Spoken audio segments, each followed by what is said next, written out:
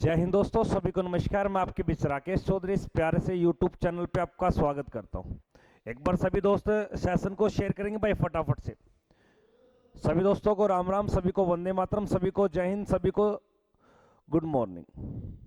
आज के अपने जीके जीएस की क्लास में आपका वेलकम करता हूं। 2025 में आपके आर्मी की कोई भी ट्रेड से आप पेपर देने जाओगे जब आपको जीके का सामना करना पड़ेगा।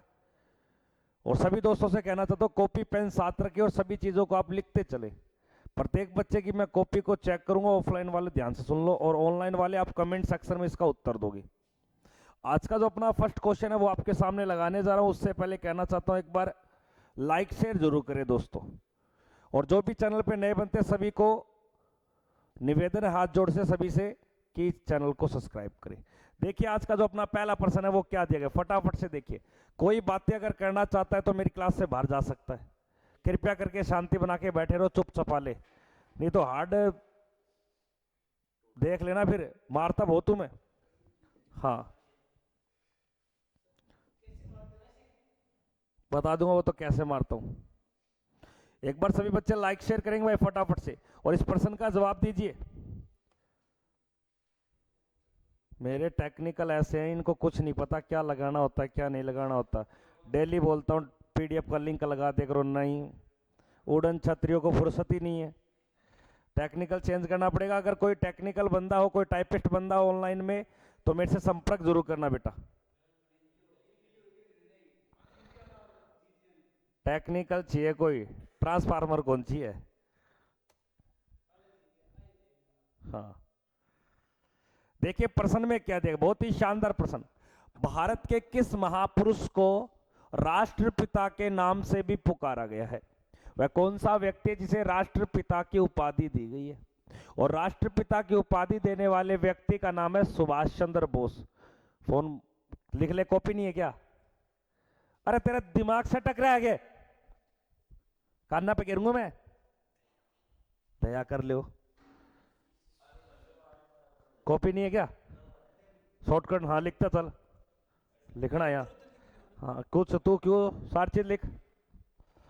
भारत के किस महापुरुष को राष्ट्रपिता के नाम से भी जाना जाता है? तो ध्यान देना दोस्तों, राष्ट्रपिता के नाम से जिसे पुकारा गया तो सभी को पता है, उसे ही महात्मा कहा जाता है, उसे ही बापू कहा जाता है, उसे ही अर्धनगन फकीर कहा जाता है। ध्यान देना, इस प्रश्न का जो राइट उत्तर बनेगा वह आपके ऑप्शन बी बनेगा, महात्मा गांधी। एक छोटा सा प्रश्न पूछा जाता हूं, महात्मा गांधी दक्षिण अफ्रीका से भारत कब लौटा? अच्छा प्रश्न है, महात्मा गांधी दक्षिण अफ्रीका से भारत कब लौटता है, ये अच्छा प्रश्न है। याद रखना 1915 में और 1893 में दक्षिण अफ्रीका ये जाते हैं, ये आपको ध्यान देना है। गुड मॉर्निंग सर जी, नमस्कार नमस्कार। मोहित शर्मा एनडीए बी उत्तर आएगा गुरुजी, बिल्कुल ठीक है भाई भाई तेरी मोहित। अगले प्रश्न को देखिए क्या दिया गया।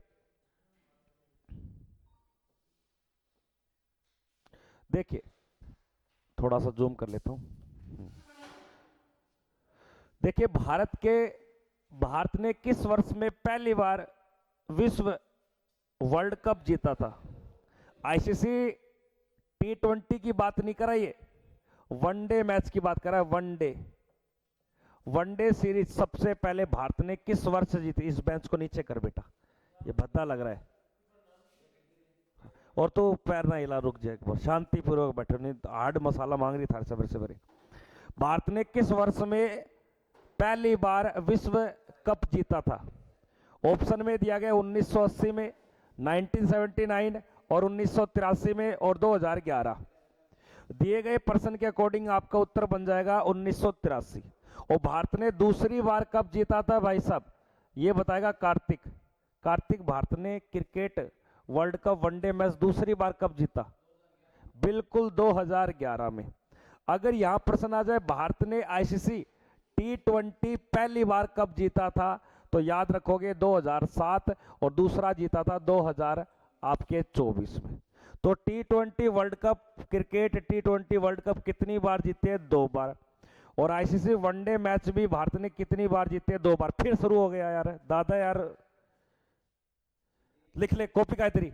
हाँ तो प्रश्न संख्या दूसरे का जो राइट उत्तर होगा वो क्या होगा? 1983। 83। लिखते चलेंगे भैया सभी बच्चे। अगले प्रश्न में देखिए क्या दिया, नेक्स्ट प्रश्न फटाफट से। किस नदी पर भाखड़ा न्यांगल बांध बना हुआ है? ये बहुत ही अच्छा प्रश्न है। भाखड़ा न्यांगल बांध अलग अलग बांध है दोस्तों, ध्यान देना। अकेला भाखड़ा बांध पूछे तो बताना हिमाचल प्रदेश के अंदर। अगर न्यांगल बांध की बात करें तो ये पंजाब में है। और अगर इन दोनों की बात कर ले, इन दोनों को देश की सबसे बड़ी बहुउद्देशीय नदी परियोजना कहा जाता है। देश की सबसे बड़ी बहुउद्देशीय परियोजना का मतलब होता है बांध से अनेकों लाभ प्राप्त किए जाते हैं, जैसे पेयजल करवाना, विद्युत और साथ में आपके सिंचाई दृष्टि। तो ये सबसे बड़ा बांध है हमारे देश का, जिसे भाखड़ा बांध कहा जाता है, जो सतलुज नदी हिमाचल प्रदेश में है। दिए गए प्रश्न के अकॉर्डिंग आपका यहां उत्तर बन जाएगा डी उत्तर। अब प्रश्न आता है सतलुज किसकी सहायक नदी है? यह एक सहायक नदी है, और किस नदी की सहायक नदी ये बताना है। सतलुज कौन सी नदी की सहायक नदी है, ये आपको इसका सही उत्तर बताना है फटाफट से। सभी बच्चे वीडियो को लाइक करेंगे, वीडियो को शेयर करेंगे, चैनल को सब्सक्राइब भी करेंगे और रिजाई में पढ़े पढ़े क्लास का आनंद भी लेंगे। जय श्री राम। हाँ, योगा करती हुई गुड़िया ले जा यार। इधर देखिए किस नदी पर भाखड़ा बांध बना हुआ है, तो आपको पता होगा सतलुज। और सतलुज किसकी सहायक नदी है दोस्तों? ध्यान देना, आपके सिंधु की। छोटा मोनू का है, उठे यार कोई यार। और एक वो दूसरा मुस्टंडा यूपी वाला। ताजमहल किस शासक के द्वारा बनाया गया? ताजमहल किस शासक के द्वारा बनाया गया? ताजमहल का जो निर्माण है वो 1631 से लेकर आपके 1651 तक इसका निर्माण चलता है। ताजमहल का निर्माण यमुना नदी के किनारे करवाया गया। किस नदी के किनारे? यमुना नदी के किनारे करवाया गया। ताजमहल का वास्तुकार पूछेगा, वास्तुकार कौन था? वास्तुकार था आपके उस्ताद लाहौरी। उस्ताद लाहौरी, उस्ताद लाहौरी इसका वास्तुकार था। ताजमहल जो बनवाया गया वो मुमताज की याद में, आपके मुगल शासक जिसे वास्तुकला का संस्थापक कहा जाता है उसे हम क्या बोलते हैं? शाहजहां कहा जाता है। क्या कहा जाता है? शाहजहां। शाहजहां किसका पुत्र है? तो ध्यान देना बेटा, ये आपके जहांगीर का पुत्र है। अगर प्रश्न आ जाए शाहजहां किसका पौत्र है, पौत्र का मतलब पोता, तो याद रखना अकबर का क्या है? ये पोता है। इसकी पत्नी का नाम क्या था? तो सभी बच्चे बताएंगे शाहजहां की पत्नी का नाम था मुमताज। और उसकी याद में आगरा के अंदर क्या बनवा दिया जाता है? ताजमहल, जो किस नदी के किनारे? आपके यमुना नदी के किनारे। ताजमहल का वास्तुकार कौन था? उस्ताद लाहौरी। आपको उस्ताद अहमद लाहौरी इसका नाम आता है। अगले प्रश्न को देखेंगे सभी बच्चे, क्या दिया गया? नेक्स्ट प्रश्न फटाफट से। भारत का सबसे बड़ा राष्ट्रीय उद्यान कौन सा है? अगर मैं आपसे पूछ लूं हमारे देश में टोटल जो राष्ट्रीय उद्यान है, हमारे देश में राष्ट्रीय उद्यानों की जो संख्या, उद्यानों की संख्या, वो मोनू बताएगा, मोनू कड़वासरा। अगर नहीं लिखे तो बेटा आप डडा मारूंगा। देखिए तो इब देखे तो सवेरे पहली थाना चीखा सुनाऊंगा मोनिया की 556। अब बिहारने को नहीं बेटा, ये बोरबा भी 563 है। कौन लिखा ने? कौन है?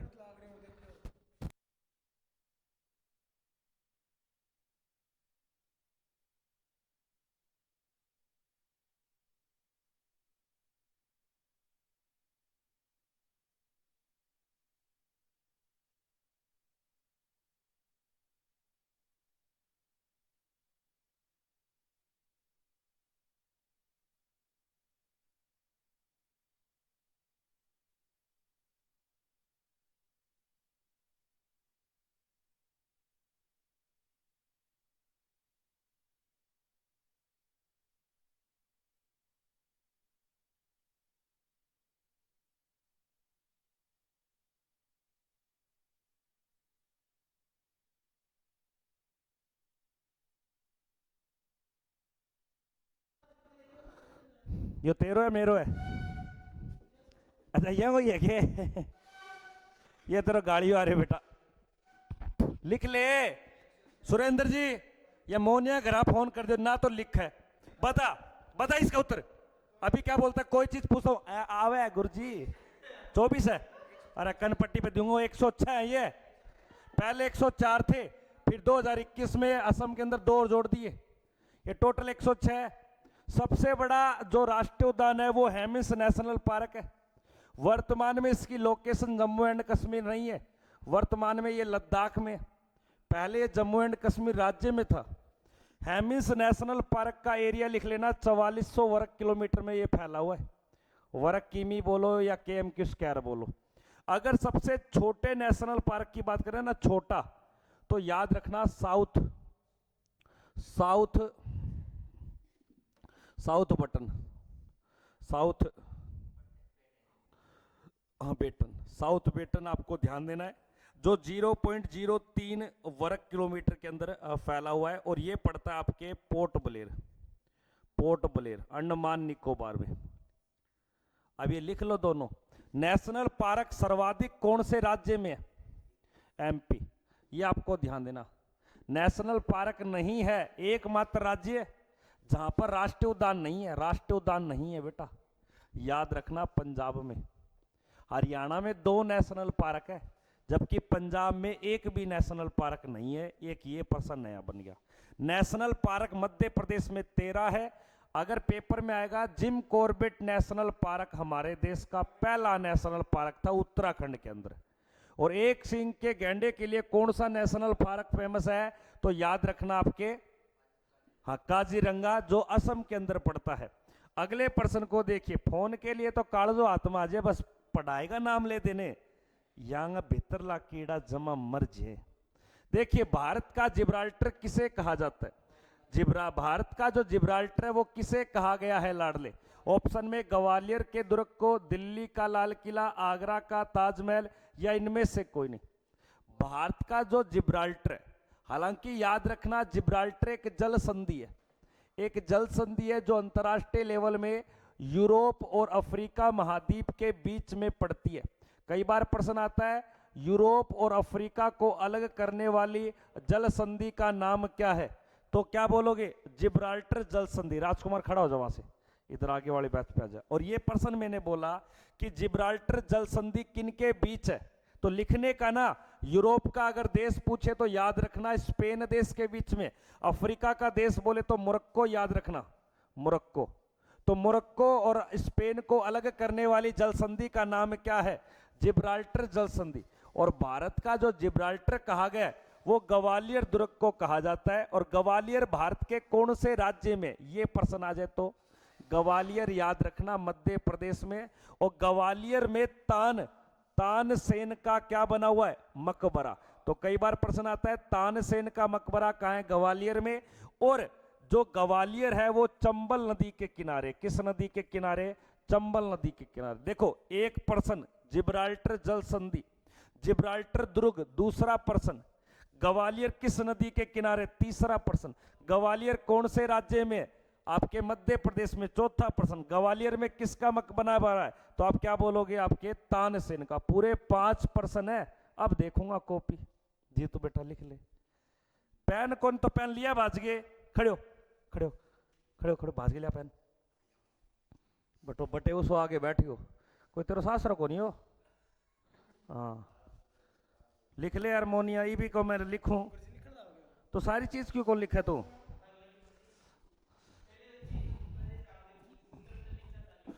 मैं तो मेरे को नहीं के हूं, मानो थे कहो। अगले पर्सन को देखिए क्या दिया गया। नेक्स्ट पर्सन, इलेक्ट्रॉन की खोज दिए गए ऑप्शन में किस व्यक्ति ने की है? इलेक्ट्रॉन की। देखो, एक इलेक्ट्रॉन शब्द मिलेगा आपको, एक प्रोटॉन शब्द मिलेगा, प्रोटॉन, और एक आपको न्यूट्रॉन। प्रोटॉन और न्यूट्रॉन और इलेक्ट्रॉन, इन तीनों की खोज करता आपको बताने। हाँ भाई बादल, प्रोटॉन की खोज किसने की थी? रदरफोर्ड।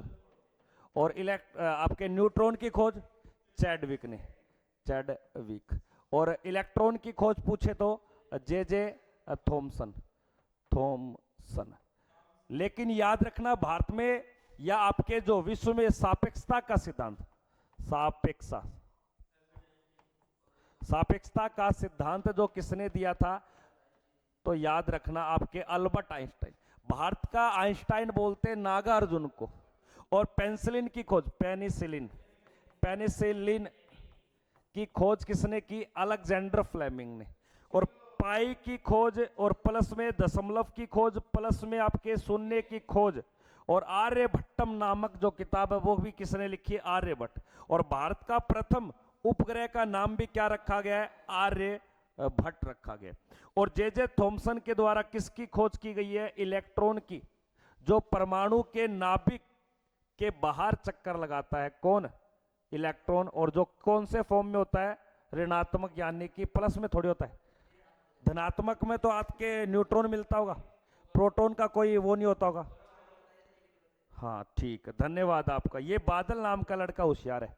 गुरुजी बादल को आज एक वस्तु चीज देंगे, आज एक बढ़िया सी चीज दूंगा तुझे, घबरा मत। क्या दे दो? चून? तू मांगनी हो थोड़ी, तन चून दूंगा। खड़ा है? अच्छा यार, ऊपर आटा थोड़ा पड़ा, ले जा। और चून अपने पैसों का ले जाते हैं, चक्की वाले से लेके जाइए 10 रुपए खरीद के, वही होता है दान करना। ये थोड़ी उरु लेके और दान करके। अगले प्रश्न को देखिए क्या दिए।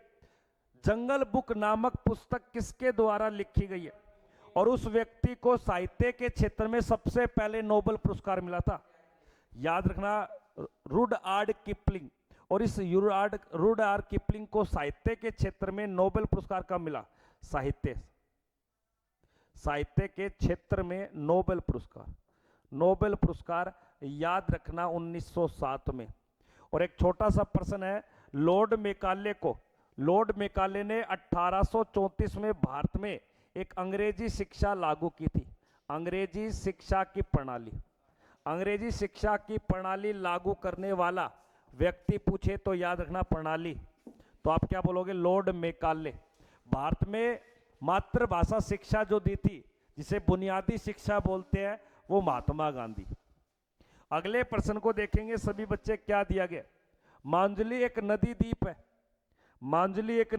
है। ये कोई नदी बह रही है। अब ये नदी है, ये नदी के अंदर पानी है बेटा, ये पानी है, पानी ब्लू है पानी। ऐसे कोई मिट्टी का भाग है, उस मिट्टी को भाग को काट नहीं पाई, लेकिन पानी इसके चारों दिशा में चलने लग गया। इस प्रकार इसके चारों दिशा में पानी आ गया, फिर ये आगे चल के नदी बन गई। तो ऐसे चलते चलते नदी के बीच में क्या बन गया? एक द्वीप बन गया। अब ऐसा कोई मिट्टी का भूभाग जिसके चारों दिशा में आपको जल मिले, उसे द्वीप कहा जाता है। फिर आगे चलते चलते फिर इसके सामने एक द्वीप और आ गया, उस द्वीप को भी नहीं काट पाई, ये आगे चल पड़ी। ये आपको ध्यान देना है। इस नदी को क्या बोलते हैं? आपके ब्रह्मपुत्र नदी। क्या बोलते हैं? ब्रह्मपुत्र नदी। और आपसे पूछ लेगा विश्व का या भारत का या विश्व का सबसे बड़ा या सबसे छोटा जो नदी द्वीप है ना, तो याद रखना, एक तो बड़ा पूछेगा आपसे, तो बड़ा याद रखना मांजुली नदी द्वीप। और एक पूछेगा छोटा नदी द्वीप, तो याद रखना आपके उमानंदा। ये आपके मांजुली है। ये दोनों नदी द्वीप कौन सी नदी पे बने हुए हैं? आपके ब्रह्मपुत्र। लेकिन भारत के कौन से राज्य में बने हुए? ये अच्छा प्रश्न है। दुनिया का सबसे बड़ा द्वीप बोले, अगर प्रश्न आ जाए दुनिया का सबसे बड़ा द्वीप कौन सा है, तब आपको कुछ भी नहीं सोचना, ग्रीनलैंड करना है। लेकिन दुनिया का सबसे बड़ा नदी द्वीप आ जाए तब क्या करना है? मांजुली। और दुनिया का छोटा नदी द्वीप आ जाए तो क्या करना है? उमानंदा। और ये दोनों आपके असम राज्य में पड़ते हैं, जिसे ब्रह्मपुत्र नदी पुकारते हैं। ब्रह्मपुत्र नदी के कई सारे नाम हैं। ये मानसरोवर तिब्बत से निकलती है, तब इसे सांगपो के नाम से बोलते हैं। जैसे अरुणाचल प्रदेश के दिहांग नामक दर्रे से प्रवेश करती है, तो अरुणाचल प्रदेश के इन्हें दिहांग नदी बोलते हैं। और ये दिहांग नदी जब ब्रह्मपुत्र में आपके असम के अंदर प्रवेश करते तब इसे ब्रह्मपुत्र बोलते हैं। असम से ये जब बांग्लादेश में जाते तब इसे जमुना नदी कहा जाता है। वही प्राचीन समय यमुना को जमुना कहते थे, याद रखना। यमुना, गंगा, जमुना, सरस्वती, एक गाना भी चला हुआ है, ठीक है ना। और जब जमुना नदी बांग्लादेश से पद्मा नदी में मिलती है तब इसका नाम मेघना होता है, और अंत में खूब बड़ा ये डेल्टा बनाती है, जिसे सुंदरवन का डेल्टा बोलते हैं। मैं दिखाऊंगा उस फुल, ये मेरे कने। भारत के कौन से राज्यों को मंदिरों की पूर्ण भूमि कहा जाता है। मंदिरों की पूर्ण भूमि, बिल्कुल मंदिरों की पूर्ण भूमि तमिलनाडु का एक शहर याद रखना, मदुरै। बिल्कुल, इस मदुरै शहर के अंदर पूछ लेगा कौन सा मंदिर बना हुआ है, तो याद रखना आपके मीनाक्षी, मीनाक्षी मंदिर। और ये मदुरै शहर किस नदी के किनारे है, ये भी इंपॉर्टेंट है, तो याद रखना वेगाई नदी के किनारे। कौन सी नदी के किनारे? वेगाई नदी के किनारे। 3 प्रश्न शानदार बता दिया आपको। जादुई घोड़ा,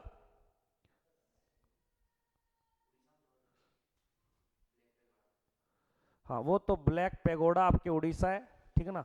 और ब्लैक पैगोडा आपके जो पैगोडा कहा जाता है वो म्यांमार को भी कहा जाता है। अगले प्रश्न में देखेंगे सभी बच्चे क्या दिया। नेक्स्ट प्रश्न फटाफट से। मुख्यमंत्री की नियुक्ति किसके द्वारा की जाती है? याद रखना कभी भी मुख्यमंत्री का और आपके प्रधानमंत्री का चुनाव नहीं होता।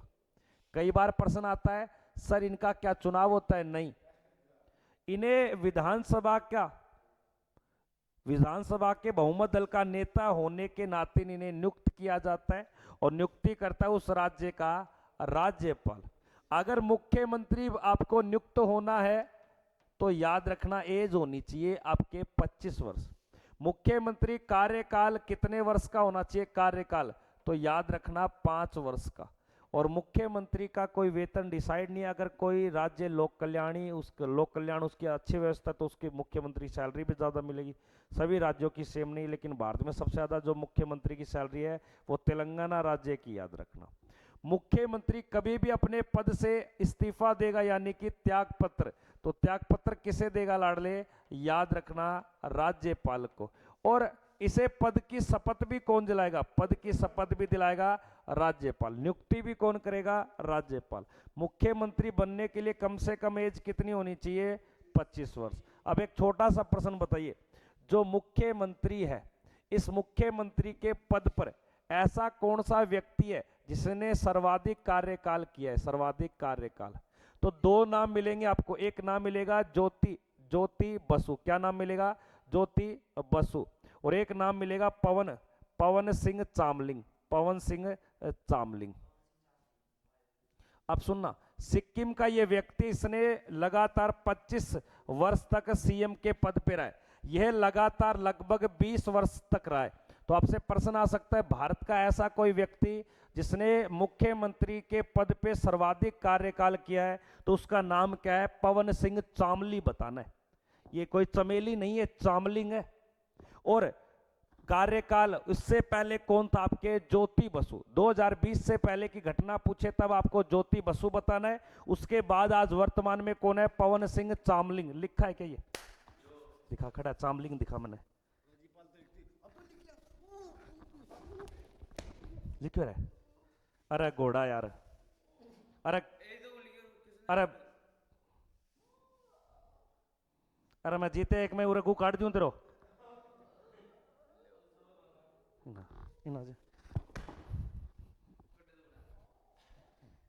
काटिए ऊपर के, बार बार आ जाओ। अरे वो चामलांग, दिक्कत तो मेट दूंगा मैं, देनी गलत खून, ठीक है नींद उड़े। बस करो ये आओ ने तो बंद करो थारली ने। हाँ हाँ, कैसा लगा आपको ये मुक्का खा के? बट पढ़ते वढ़ते कुछ नहीं हो। हाँ राकेश,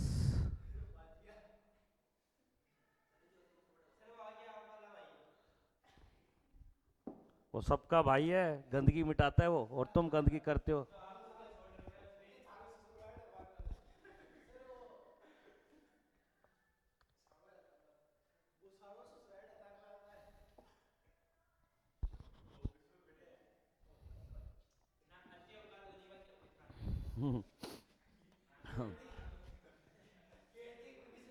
कौन सा खिलाड़ी फ्लाइंग सिख के नाम से पुकारा जाता है?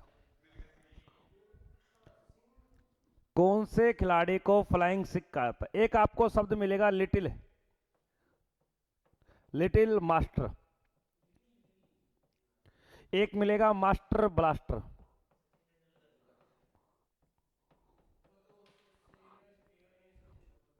ठीक है ना। ये दोनों आपको प्लेयर बताइए। एक आपको शब्द मिलेगा दादा। ये तीनों आपको पता है कौन से प्लेयर के उपनाम है। लिटिल मास्टर जो कहा जाता है ये सुनील गावस्कर को कहा जाता है, सुनील गावस्कर। और मास्टर ब्लास्टर सभी को पता है सचिन तेंदुलकर को। लेकिन दादा की अगर बात की जाए तो सौरभ गांगुली। हाँ मौसमी मैं दूंगा था ना, रुक जाओ एक बार। तो मिल्खा सिंह की अगर बात की जाए तो इसे फ्लाइंग सिख कहा जाता है, ये आपको ध्यान देना है। और मिल्खा सिंह कौन से खेल से जुड़ा है, जीतू बताएगा खाली। जीतू ये किस, बिल्कुल ये यानी कि एथलेटिक धावक था ये। और कितने मीटर का ये इसका चाव चढ़ता था, 400 मीटर का, ये आपको ध्यान देना। पाकिस्तान के अंदर इसने हाँ खलबली मचाई है और एशिया के अंदर खूब सारे पदक जीते। ओलंपिक में इतना नंबर नहीं पड़ा इसका। अगले प्रश्न में देखिए, भूदान आंदोलन किसके द्वारा शुरू किया गया? भूदान आंदोलन की शुरुआत किस व्यक्ति के द्वारा? यह महाराष्ट्र में एक जनजातीय आंदोलन है, भूदान आंदोलन। और उस व्यक्ति ने शुरू किया है जिसने एक रेमन मैग्सेस एक पुरस्कार प्राप्त किया है, मैग्सेस पुरस्कार। और ये मैग्सेस पुरस्कार कौन से देश के द्वारा दिया था? आपके फिलीपींस के द्वारा, फिलीपींस। तो भारत में सबसे पहले रेमन मैग्सेस पुरस्कार लाने वाले व्यक्ति का नाम क्या था? तो विनोबा भावे। ये आपको ध्यान देना है। सुभाष चंद्र बोस और महात्मा गांधी, इनको आपको कभी काम में नहीं लेना। अभी एक बार आगे प्रश्न आ जाएंगे। अगले प्रश्न को देखेंगे, छोटे मुन्ने भाई, कौन सी नदी को बिहार का शोक कहा जाता है? अब ये नदियों के शोक बहुत इंपॉर्टेंट है। जैसे आपको एक शब्द मिलेगा, इजिप्ट का शोक किसे कहा जाता है? इजिप्ट। इजिप्ट का ही नाम क्या है? आपके मिस्र है। और इजिप्ट का जो शोक है, जो वहां पे तबाही मचाएगी, बाढ़ लेके आएगी, उसको बोलते हैं आपके नील नदी। काहिरा अलग चीज है, उसकी कैपिटल है। आगे ध्यान देना, एक मिलेगा उड़ीसा का शोक। उड़ीसा का शोक किसे बोलते? उड़ीसा का शोक दो नदी को कहा जाता है। एक नदी मिलेगी आपको ब्राह्मणी नदी और एक नदी मिलेगी आपको महानदी। लेकिन आप ओनली फॉर महानदी ही याद रखना। एक आपको मिलेगा आपके दिल्ली का शोक किसे कहा जाता है? दिल्ली का अशोक किसे कहा जाता है? जिसके किनारे आपके प्रयागराज वगैरह सुने होंगे आपने, तो याद रखना यमुना। तो यमुना गंगा और आपके सरस्वती और यमुना के किनारे बसा एक स्थल है। एक आपको नाम मिलेगा बिहार का शोक किसको बोलते हैं? बिहार का शोक। तो यही तो प्रश्न पूछा है। तो बिहार का शोक कहा जाता है आपके बेटा कोसी को कहा जाता है। एक और याद रखना, चीन का शोक किसे बोलते हैं? चीन। ये इंपॉर्टेंट है, बिल्कुल हांगो नदी। हांगो नदी याद है तो मत लिखा करो। तो दिए गए प्रश्न के अकॉर्डिंग आपका उत्तर बन जाएगा कोसी। कोसी याद रखना, नेपाल के अंदर 7 धाराओं की एक धारा बनती है, जिसे नेपाल तिब्बत के अंदर इसे क्या बोलते हैं? आपके अरुण नदी कहा जाता है। यह भी इंपॉर्टेंट है। अरुण नदी इसका शुरुआत में नाम है, लेकिन भारत में एक कोसी है जो गंगा की एक सहायक नदी है, लाडले। अगले प्रश्न में देखेंगे सभी बच्चे क्या दिखे। विटामिन सी का एक अच्छा स्रोत बताइए। विटामिन सी आपको शरीर के अंदर डालना है तो किस चीज का सेवन करना पड़ेगा? कई बार क्या होता है, विटामिन सी से होने वाले रोग पूछ लेता है, इनकी कमी हो जाए तो रोग का नाम बताइए। एक बहुत ज्यादा फेमस है स्कर्बी रोग। स्कर्बी देखा होगा, दांतों से खून आता है मसूड़ों से। और विटामिन सी का रासायनिक नाम क्या है? तो याद रखना एस्कोर्बिक अम्ल।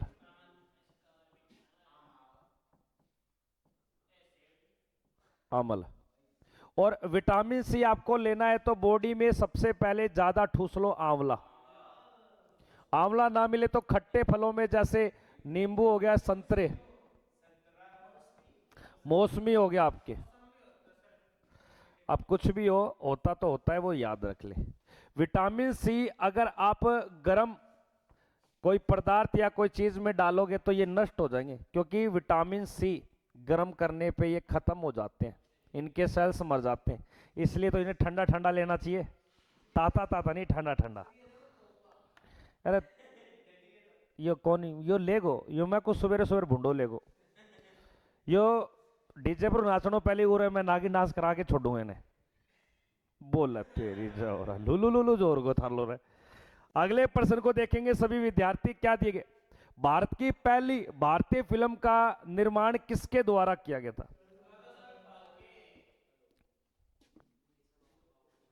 भारत की बनाई गई पहली फिल्म का नाम बताइए।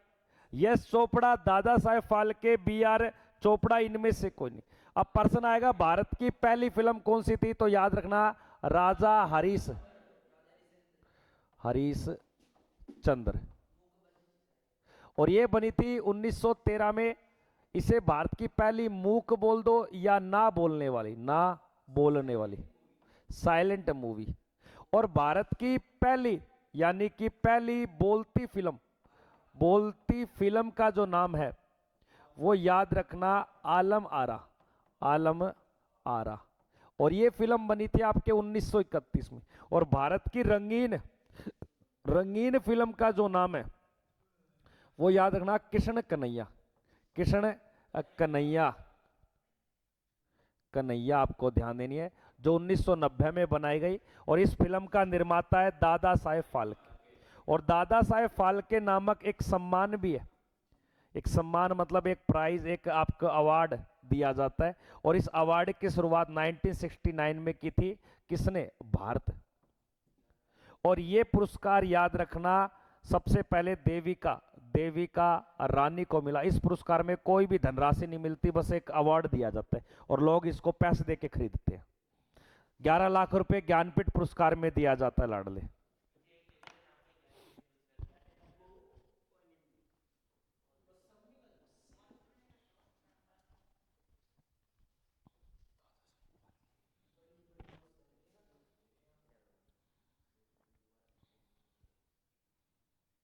भारत की पहली भारतीय फिल्म का नाम दादा साहेब फाल्के है। ये पेपर में ये ठोक गया हो, तो पर्सन ढंगू लिख।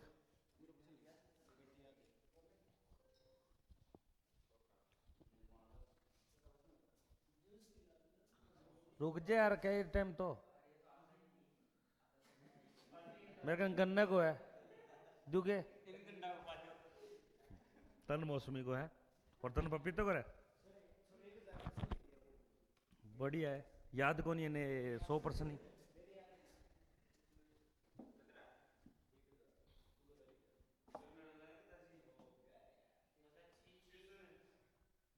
हो गया है तुझको प्यार सजना, अब लाख कर लो इंतजार सजना, क्योंकि वो तो और किसी के चली गई। अगले प्रश्न को देखिए क्या दिए गए। नेक्स्ट प्रश्न, प्लासी का युद्ध किस वर्ष में हुआ था। ये अच्छा प्रश्न है।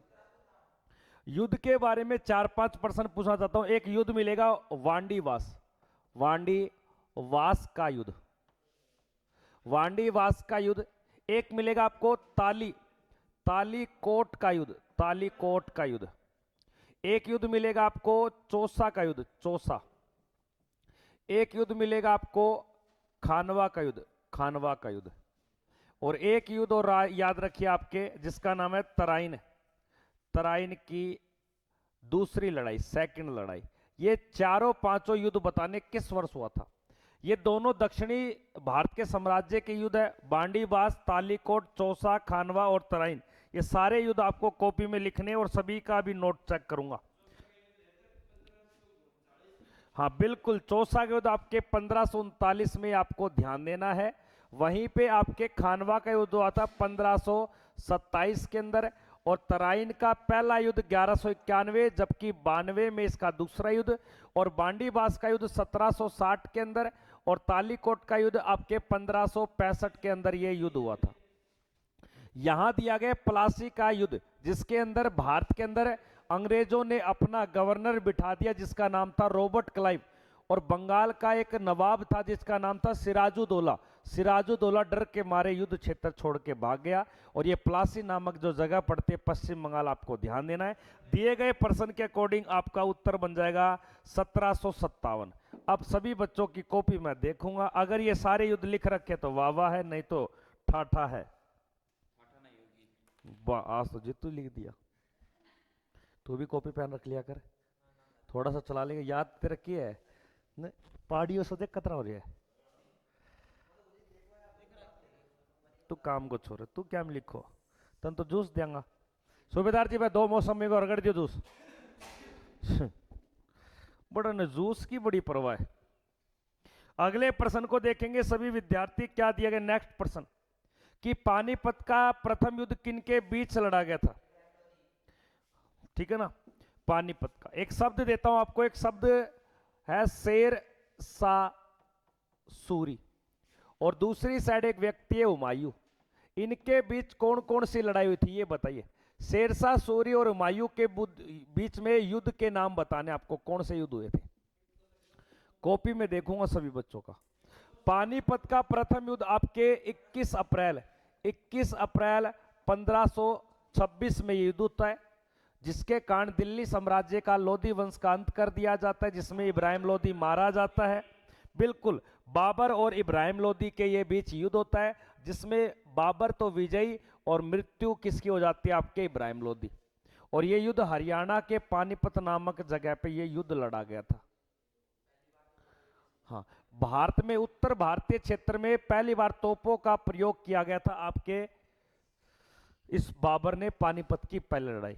देखो बिल्कुल इन दोनों के बीच में युद्ध होता है, एक का नाम है आपके चौसा का युद्ध और एक का नाम है बिलग्राम। बिलग्राम, इस बिलग्राम के युद्ध को ही कहा जाता है आपको कन्नौज का युद्ध। कन्नौज, तो कन्नौज का युद्ध और बिलग्राम का युद्ध 1540 में और चौसा का युद्ध 1539 में। इन दोनों युद्ध में याद रखना शेरशाह सूरी विजय होता है और हार किसकी होती है, हुमायूं की। और इस युद्ध के बाद में मुगल साम्राज्य का कुछ सालों के लिए पतन हो जाता है और सूर्यवंश की नींव कौन रखता है, शेरशाह सूरी, जिसने भारत में रुपए का प्रचलन किया। और भारत में GT road, grand truck road का निर्माता कौन है, शेरशाह सूरी। बताते हैं ये शिकारी बहुत तकड़ा था, जंगल में एक तलवार से इसने शेर की गर्दन काट दी, तब इसे सभी बच्चे या सभी इसको चाचा लोग, इसके परिवार शेर खां बोलने लगे, शेर खां। इसका पहले नाम था फरीद खां। तो शेरशाह सूरी का वास्तविक या बचपन का नाम याद रखना आपको, फरीद खां।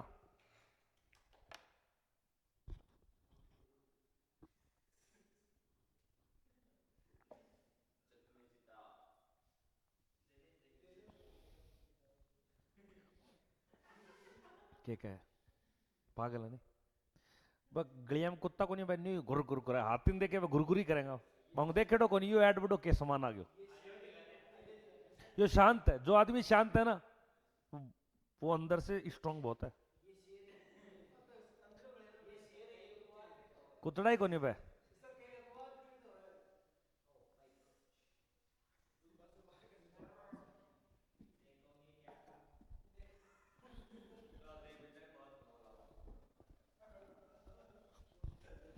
ये दोनों छोरा चुप बैठे आते रे, कौन सा चुप है, और तेरे रे कौन सा चुप है, और तू रे तू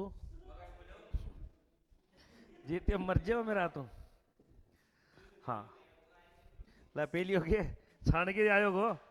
अगले प्रश्न को देखिए, कानपुर शहर किस नदी के किनारे बसा हुआ है। आपको अब 3 शहर पूछूंगा और फिल्टर पाड़ शहर के नाम है। एक का नाम है राजमुंदरी। राजमुंदरी नामक शहर किस नदी के किनारे बसा हुआ है। और एक शहर मैंने आपसे पूछ लिया कि जमशेदपुर, तो जमशेदपुर शहर किस नदी के किनारे। और एक शहर का नाम दे दिया मैंने यहां पर आपको कि कोटा शहर किस नदी के किनारे है। ये 3 शहर बताइए। राजस्थान किसको शिक्षा नगरी बोलते हैं, राजस्थान का तकनीकी शहर कहा जाता है। राजमुंदरी के अंदर राष्ट्रीय तंबाकू शोध केंद्र है, ये आंध्र प्रदेश में पड़ता है, ये झारखंड के अंदर पड़ता है, ये राजस्थान के अंदर पड़ता है, ये चंबल नदी के किनारे, ये आपके स्वर्ण रेखा नदी के किनारे, ये आपके नासिक नदी आपके गोदावरी नदी के किनारे। गोदावरी, तो राजमुंदरी शहर गोदावरी नदी के किनारे है, पूर्वी तट आंध्र प्रदेश में, जहां पे तंबाकू शोध केंद्र बना हुआ है राजमुंदरी। और ध्यान देना, कानपुर उत्तर प्रदेश का शहर है। इस कानपुर को भारत में चीनी का या शक्कर का कटोरा कहा जाता है। कानपुर ध्यान देना, जो गंगा नदी के किनारे, कौन सी नदी के किनारे? गंगा नदी के किनारे बसा हुआ भारत का सबसे बड़ा औद्योगिक नगर कानपुर शहर, याद रखना।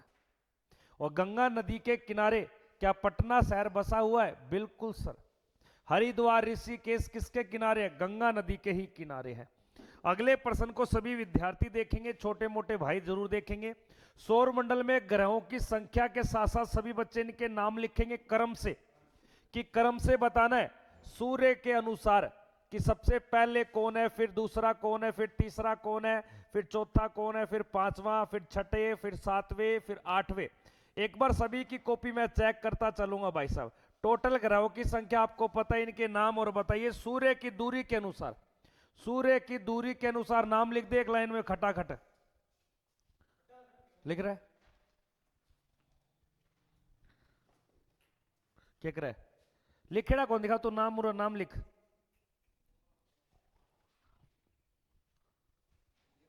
लिखू को नहीं, चाल को नहीं लिख ले दादा, मैं मारूंगा फिर प्रशांत आगे, फिर क्या को मेरा मारी। हाँ, सूर्य की दूरी से बढ़ते हुए ग्रहों के नाम बताने आपको। लिख ले दो घोड़ा, यो कौन नहीं मानना है, मैं पागल हो गया यार। गुरुजी कोई काम का कौन है टापर, लिख। जगह जगह जगह के या जगह कौन, या जगह कौन के? जगह देखू, जगह तेला नानेड़ा देखेंगे तने है, तेरी जगह है ही कौन, जम में तने फेंक दियो। तारे के बताऊं, जब प्रशांत को जन्म हुए ने, जब दाई को जन्म करो, दाई बोली टाबरी कोनी,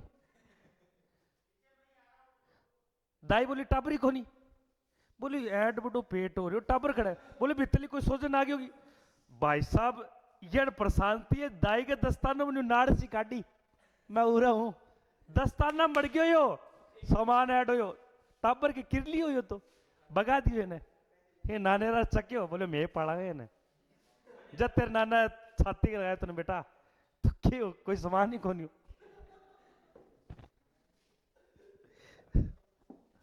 याद रखना आपके बुध, शुक्र और आपके पृथ्वी और फिर आपके मंगल और बृहस्पति और शनि,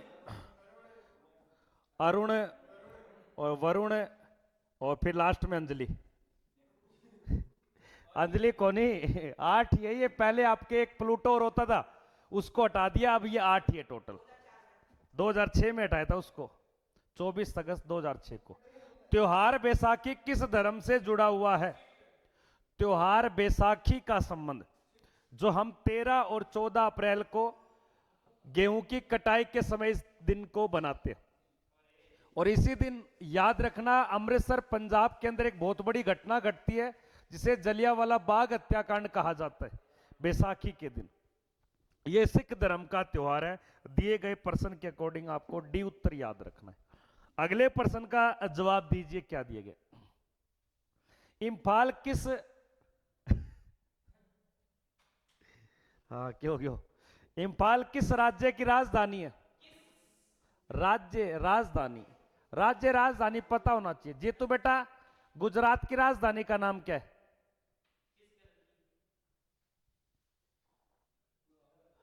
क्या है? कलकत्ता, कलकत्ता है।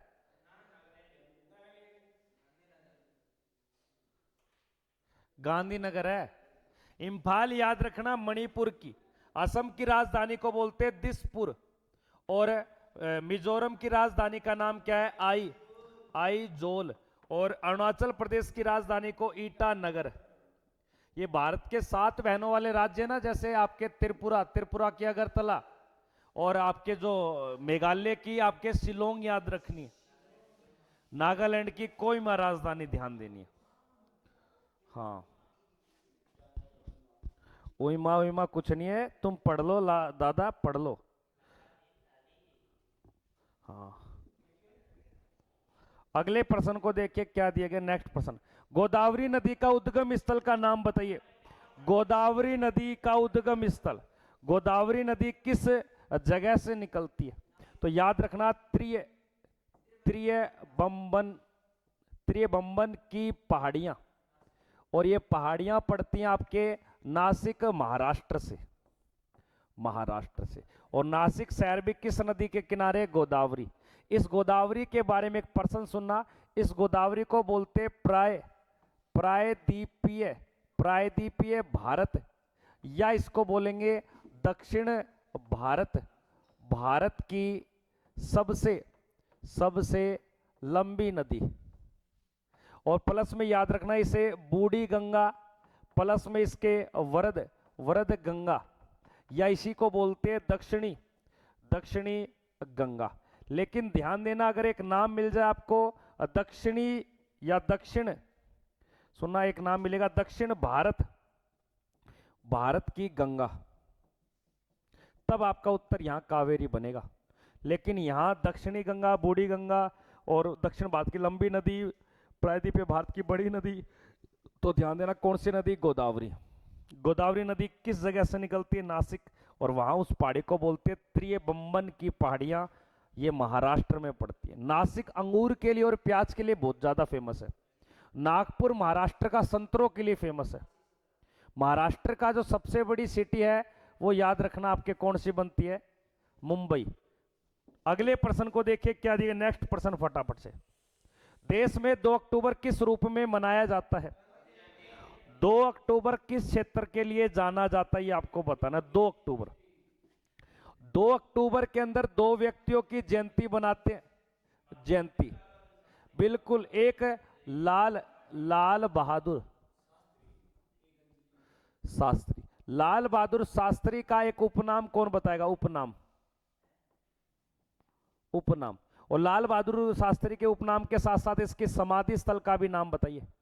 और लाल बहादुर शास्त्री की मृत्यु कब हुई थी? मृत्यु, ये तो सभी को पता है, 10 दिसंबर के बाद 11 जनवरी और 1966 ताशकंद समझौते के अगले ही दिन उज्बेकिस्तान। और लाल बहादुर शास्त्री का उपनाम याद रखना, इसे शांति पुरुष बोलते हैं। और इसकी समाधि स्थल का नाम है विजय घाट। और इसकी जयंती कब आती है? जयंती की बात करें तो जयंती याद रखना 2 अक्टूबर को, जिस दिन महात्मा गांधी की भी जयंती आती है। दिए गए प्रश्न के अकॉर्डिंग आपका उत्तर संख्या महात्मा गांधी। और इसी 2 अक्टूबर को अंतर्राष्ट्रीय अहिंसा दिवस और बनाते। अंतर्राष्ट्रीय अहिंसा दिवस कब मनाया जाता है? तो 2 अक्टूबर। तो गांधी जी हमेशा सत्य के साथ थे, गलत झूठ बोल के कोई आजादी नहीं जीती गांधी जी ने। आदमी बहुत बढ़िया था, है? भारत का राष्ट्रीय गान किस रचनाकार के द्वारा लिखा गया? जीतू ही बता देगा इसको तो। ये देखो, ये जीतू को तुम हल्के में मत लो ना। गांधीनगर याद रखना आपके रविंद्रनाथ टैगोर, बंकिम चंद्र चट्टोपाध्याय, कालिदास या सूरदास। देखो, राष्ट्रीय गान का जो नाम है उसे जनगण मन कहा जाता है, जो गीतांजलि नामक उपन्यास से लिया गया है। और ये उपन्यास रविंद्रनाथ टैगोर ने लिखा है। तो राष्ट्रीय गान भी किसका? रविंद्रनाथ टैगोर के द्वारा। इस रविंद्रनाथ टैगोर ने बांग्लादेश का भी लिखा है, बांग्लादेश। और बांग्लादेश का जो राष्ट्रीय गान है उसका नाम क्या है? अमार सोनार बांग्ला।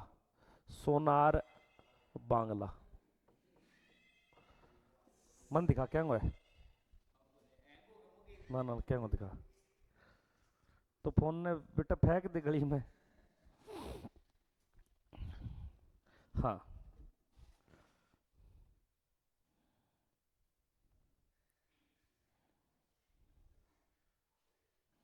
यहां तो कोई दिक्कत है क्या? अब एक छोटा सा प्रश्न बताइए, राष्ट्रीय गान की समय अवधि क्या है? समय अवधि, अब कोई मत बोलना, एक ही बंदा बोलेगा और वो बोलेगा बड़े वाला मोनू। इस राष्ट्रीय गान को पहली बार गाया गया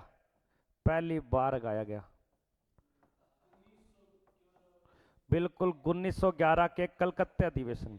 इस राष्ट्रीय गान को भारत के संविधान में दर्जा दिया गया बिल्कुल 24 जनवरी 1950 को।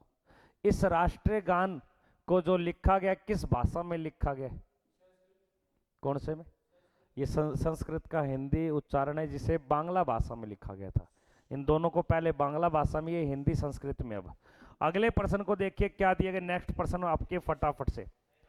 भारतीय राष्ट्रीय कांग्रेस के संस्थापक का नाम बताना है। छोटा सा प्रश्न यहां सुनना। जो कांग्रेस पार्टी है, इस भारतीय कांग्रेस पार्टी का प्रथम अध्यक्ष कौन था? प्रथम अध्यक्ष पूछ लेगा। बिल्कुल, अध्यक्ष की बात करें सर WC बनर्जी था, जो व्योमेश चंद्र बनर्जी, जो कहां बनता है? मुंबई अधिवेशन में। और ध्यान देना, इसके संस्थापक का नाम है आपके AO अयूम। कांग्रेस पार्टी की नींव रखी जाती है 1885 के अंदर। कांग्रेस पार्टी की पहली महिला अध्यक्ष जो भारत की नहीं थी, जिसका नाम था एनी बिसेंट, कलकत्ता का अधिवेशन था 1917 में, और एक कानपुर का अधिवेशन 1925 में। वहां बनती है भारत की, मूल भारत की पहली महिला नागरिक पूछ ले, अध्यक्ष पूछ ले तो आपको सरोजिनी नायडू बताना है। वैसे महिला अध्यक्ष पूछ ले तो एनी बिसेंट बताना है। सभी बच्चे लगाते चलेंगे साथ साथ। अगले प्रश्न का उत्तर देंगे छोटे मोटे भाई। देखिए, रविंद्रनाथ टैगोर के द्वारा भारत के अलावा किस देश का राष्ट्रीय गान लिखा है? अब क्यों हिला रहा पैर को? क्या कुछ मिल रहा है? अब दिखा, क्या फोन दिखा है, दिखा।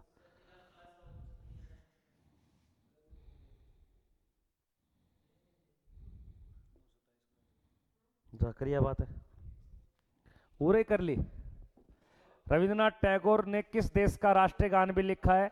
बांग्लादेश का भी लिखा है। एक छोटा सा प्रश्न बताइए, बांग्लादेश कब स्वतंत्र हुआ? बांग्लादेश स्वतंत्र, हाँ, ये 26 मार्च 1971 को। इसलिए 26 मार्च को बांग्लादेश का स्वतंत्रता दिवस बनाते। बांग्लादेश की राजधानी का नाम बताएगा जीतू? ढाका। क्या नाम है? ढाका। बांग्लादेश के अंदर यूज होने वाली मुद्रा का नाम बताएगा जीतू? टका। और बांग्लादेश भारत के साथ सबसे लंबी क्या बनाता है? भारत के साथ, हाँ, सबसे ज्यादा, सबसे लंबी सीमा। और कितनी? 4096 किलोमीटर। बांग्लादेश की संसद को क्या बोलते हैं जीतू बेटा? याद रखना, उसे जातीय संसद। अब कोई नहीं बोलेगा, बस ओनली फॉर जीतू बोलेगा, मां कसम सभी को। बांग्लादेश के राष्ट्रगान का नाम क्या है? राष्ट्रगान का नाम, बस, और कोई नहीं बोलेगा, बस। हाँ, बिल्कुल सही, अमार सोनार बांग्ला। कोशिश तो करी बच्चे ने, कई इन्होंने तो कोशिश ही नहीं करते, नहीं होती भाई। उड़ीसा राज्य में धौली नामक स्थान पर एक युद्ध होता है। इस युद्ध को बोलते हैं आपके कलिंग का युद्ध। याद रखना, जो कलिंग नामक जगह है वो आज वर्तमान में क्या है? आपके उड़ीसा। और उड़ीसा के एक जगह का नाम है आपके धौली। और इस पे एक सम्राट अशोक ने यहाँ युद्ध किया था। जो उड़ीसा के अंदर उस समय खूब सारे हाथी थे, हाथियों को प्राप्ति के लिए। और बताते हैं कि इस युद्ध में खूब सारे सैनिक मारे जाते हैं। खून देखा तो अशोक का हृदय परिवर्तन हो गया, और अशोक ने ठान लिया अब कभी युद्ध नहीं करूंगा, बौद्ध धर्म की धम्म नीति को अपना लेता है। तो प्रश्न आता है कि अशोक के द्वारा अंतिम और अशोक का पहला युद्ध कौन सा था? कलिंग का युद्ध। 261 ईसा पूर्व में यह युद्ध होता है। ध्यान देना, उत्तर संख्या आपके बी।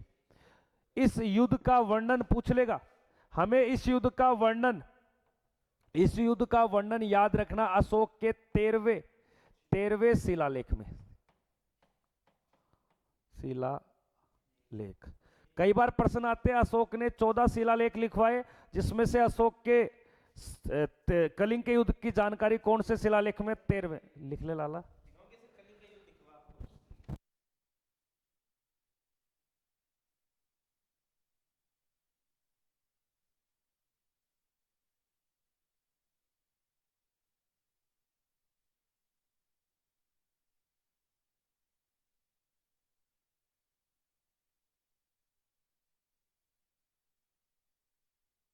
तो इनको क्यों घेरे हुए हो बालक? पतंग उड़ाएंगे। अरे कुछ ना उड़ाए पतंग, ये पतंग के चक्कर में कहीं कबूतर उड़ा देंगे किसी छत का। ये डर तो इस चीज का है मेरे को, तभी तो छत पे नहीं चढ़ने दे रहा मैं। छत वाले जीने के ताला लगा दिया मैंने। अगले प्रश्न को देखिए, ये पतंग ही उड़ाते हैं तो अपने घर उड़ा लेते हैं। इधर देखिए, प्रियदर्शिका पुस्तक के लेखक का नाम बताइए। प्रियदर्शिका नामक पुस्तक किसके द्वारा लिखी गई है? उसी के द्वारा, याद रखना, एक रत्नावली लिखी है, रत्नावली। बिल्कुल याद रखना हर्षवर्धन। बाणभट्ट के द्वारा याद रखना हर्षचरित्र। बिल्कुल कादंबरी, कादंबरी भी इसी की है। बाणभट्ट हर्षवर्धन का दरबारी कविता। हर्षवर्धन का शासनकाल 606 से लेकर आपके 647 तक। हर्षवर्धन याद रखना इसके समय आने वाला चीनी यात्री हवेन सांग, जिसने नालंदा विश्वविद्यालय में बौद्ध धर्म की शिक्षा को ग्रहण करता है। लाडले, अच्छी बात है यार, तुम पढ़ते हो, मुझे अच्छा लगा। सिकंदर द्वारा भारत पे पहली बार आक्रमण किया और भारत में नंद वंश का अंतिम शासक था घनानंद, और उसकी सेना को देखकर ये आपके दक्षिणी पंजाब लद्दाख वाले क्षेत्र से वापस सेना मुड़ जाती है। महान सिकंदर बहुत बड़ा योद्धा था। महान सिकंदर, देखो महान का मतलब अलेक्जेंडर, जो विख्यात होता है, खूंखार होता है, उसे अलेक्जेंडर या महान सिकंदर कहा जाता है। एक सिकंदर लोधी है, वो अलग है। एक सिकंदर मूवी भी आएगी थोड़े दिनों में, आपको ध्यान होगा तो। किसकी आएगी? भाईजान की आएगी है?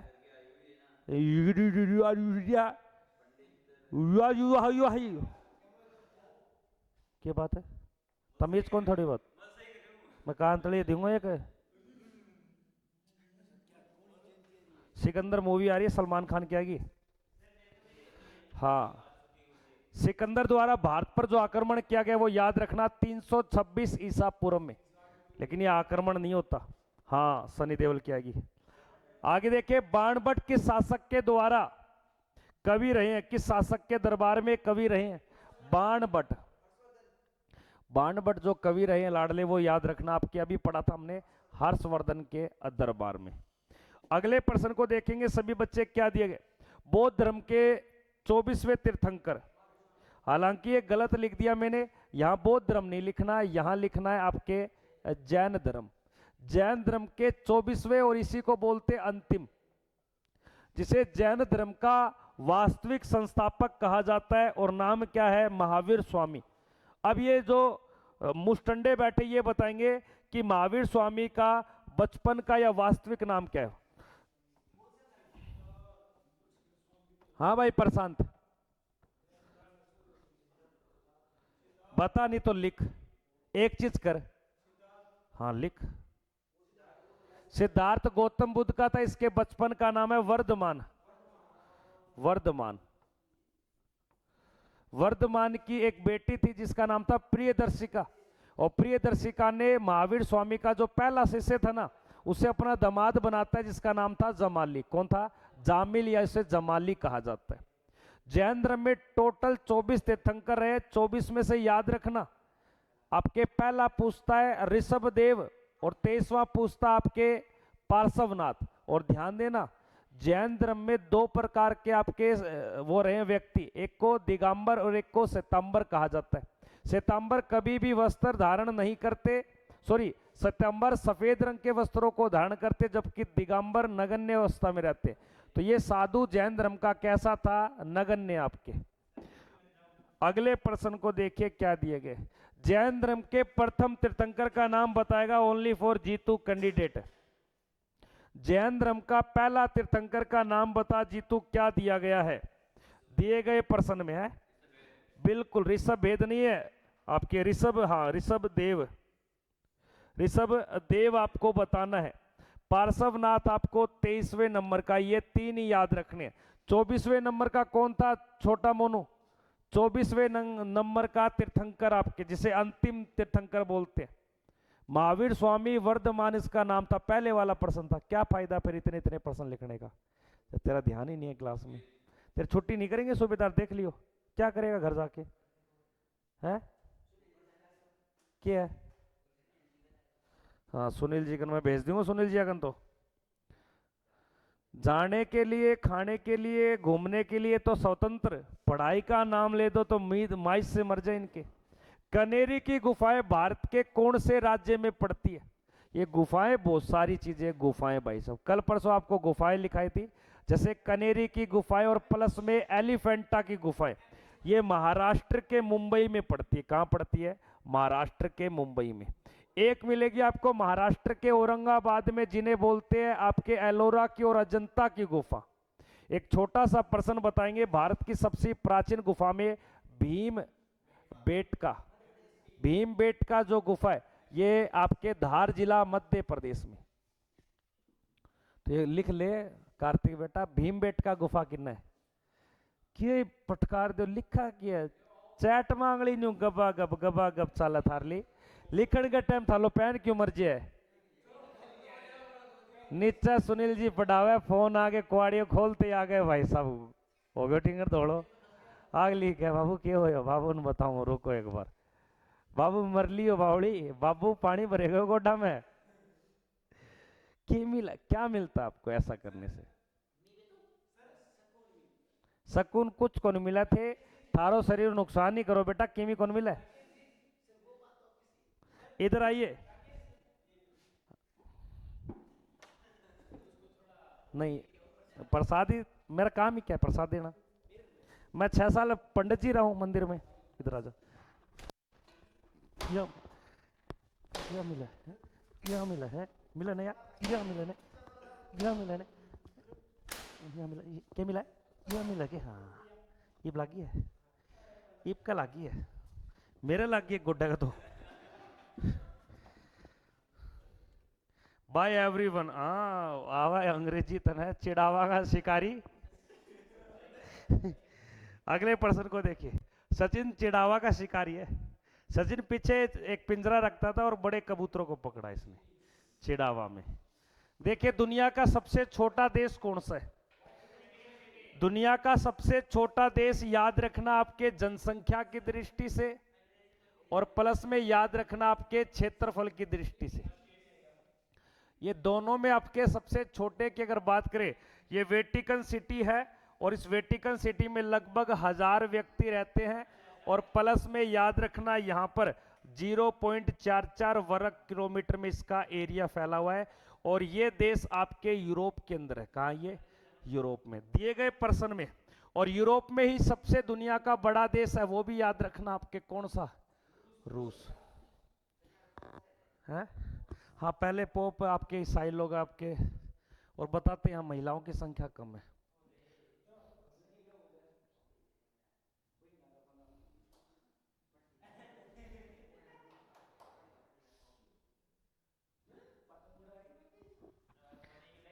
अगले प्रश्न को अभी देखा नहीं, 2 पतंग काट के आए अभी। सानिया मिर्जा किस खेल से संबंधित है? सानिया मिर्जा का संबंध किस खेल से जुड़ा हुआ है? दिए गए प्रश्न में क्रिकेट, टेनिस या टेबल टेनिस या बैडमिंटन। सानिया मिर्जा का संबंध किस खेल से जुड़ा हुआ है लाडले? सानिया मिर्जा, सानिया मिर्जा का संबंध याद रखना आपके लॉन टेनिस से। बैडमिंटन से याद रखना साइना, बिल्कुल साइना नेहवाल, साइना नेहवाल आपके बैडमिंटन से। लॉन टेनिस का मतलब आपने देखा इस प्रकार से कि आपके आंगन सा कटा होता है, इसमें बीच में नेट लगा होता है, यहाँ पर कोई बच्चा या बच्ची खेल रहे उसके हाथ में रैकेट है, ये छक्के वाला इसमें नेट होता है ना, ये पकड़ रखा है। उधर से भी एक ये जीतू नाम का खड़ा है और जीतू के हाथ में भी इस प्रकार का गोल गोल सा ये रैकेट है और बीच में एक ये चिड़ी उड़ रही है, वो इसको मार रहा है, वो इसको मार रहा है। इस खेल को क्या कहा जाता है आपके? बैडमिंटन। हाँ बैडमिंटन या लॉन टेनिस। लॉन टेनिस में क्या होता है दोस्तों, इस पर नहीं चिड़िया नहीं होती, इस सेम योगी इसमें तो चिड़िया होती है, इसमें क्या होती है? गोल गेंद होती है, ज्यादा वेट नहीं होता, फॉर्म टाइप की आपके रबर टाइप की। तो वो ध्यान देना, ये दोनों सेम से आपके खेल हैं। इनको जो खेले जाते हैं उस जगह को आपके क्या कहा जाता है? उसको कोर्ट बोलते हैं, जहां पर इन्हें खेलते हैं उस जगह को। जैसे लॉन टेनिस तो आपके कोर्ट पे खेला जाता है। तो सानिया मिर्जा का जो संबंध है वो लॉन टेनिस, आपको ध्यान देना है। अगले प्रश्न में देखेंगे सभी बच्चे। नेक्स्ट प्रश्न, भारत का तीसरा नागरिक कौन होता है? हाँ बिल्कुल, भारत का जो तीसरा नागरिक होता है, देखो देश पे पहले नागरिक राष्ट्रपति, दूसरे आपके, तीसरे अगर और चौथे की बात करें तो राज्यपाल। अब एक छोटा सा प्रश्न बताइए, राज्यपाल और राष्ट्रपति इनको बनने के लिए कम से कम एज, न्यूनतम एज, न्यूनतम आयु, हाँ जी तू 35, और उपराष्ट्रपति के लिए भी और प्रधानमंत्री के लिए 25 और राज्यपाल के लिए 35। राज्यपाल का कार्यकाल याद रखना, राज्यपाल का कार्यकाल राष्ट्रपति के प्रसाद पर्यंत होता है। यानी कि राज्यपाल का कोई कार्यकाल नहीं होता, लेकिन जब तक राष्ट्रपति चाहता है। वैसे ये 5 वर्ष के लिए होता है, इसलिए कभी भी पहले ऑप्शन में मिलेगा राष्ट्रपति के प्रसाद पर्यंत। प्रसाद पर्यंत ये शब्द ना मिले तब तो बताना आपको 5 वर्ष। राज्यपाल कहां का प्रथम नागरिक होता है? बिल्कुल, हमारे राज्य के अंदर प्रथम नागरिक कौन होता है? राज्यपाल। और राष्ट्रपति कार्यकाल कितने वर्ष करेगा? 5 वर्ष। और उपराष्ट्रपति भी कार्यकाल 5 वर्ष, और प्रधानमंत्री भी कार्यकाल। इनमें से कौन से व्यक्ति का चुनाव नहीं होता, ये बताइए। कौन कौन से व्यक्ति का चुनाव नहीं होता? एक तो प्रधानमंत्री का चुनाव नहीं है, और एक आपको याद रखना है राज्यपाल। इन दोनों की क्या की जाती है? नियुक्ति की जाती है। ये सही है। नियुक्ति कौन करता है देश का? राष्ट्रपति। हाँ गुरुजी, हाँ जीते सही है, दे दे जीते तो जीतू। हाँ ये तो देते हैं गुरुजी। देखिए अगले प्रश्न में, खेल पोलो के एक पक्ष में कुल खिलाड़ियों की संख्या। हाँ जीतू, 5 क्यों है? 6 4। पोलो खेल वही खेल है जो आपके कुतुबुद्दीन ऐबक खेलता था, जिसे चौगान बोलते थे। घोड़े पे खेला जाता है, एक पक्ष में आपके 4 प्लेयर है और दूसरी साइड भी आपके कितने प्लेयर है? 4। लेकिन ये तो एक पक्ष की बात कर रहा है, प्रत्येक पक्ष में सिंगल टीम की साइड से, तो याद रखना 4। एक होता है Jeetu water polo. Water polo, water polo में अगर साथ साथ रहोगे तो डूबोगे नहीं, यानी कि 7 प्लेयर। पोलो का प्राचीन नाम क्या है? और पोलो खेल की जो उत्पत्ति हुई है ना, उत्पत्ति ऐबक ने थोड़ी की है। उत्पत्ति इसके मणिपुर राज्य से हुई है। आपसे पूछ लेगा पोलो खेल कौन से मुगल, कौन से दिल्ली सल्तनत काल के शासक खेलता था? कुतुबुद्दीन ऐबक खेलता था, ये ध्यान देना।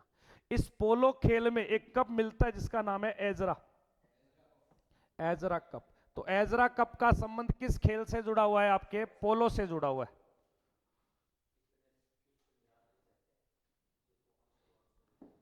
याद रह जाए गुरुजी,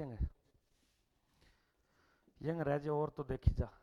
अंतरराष्ट्रीय वनडे क्रिकेट में सबसे पहले दोहरा शतक लगाने वाले बल्लेबाज का नाम बताना है। यहां पे बताएगा आपके बड़े वाला मोनू।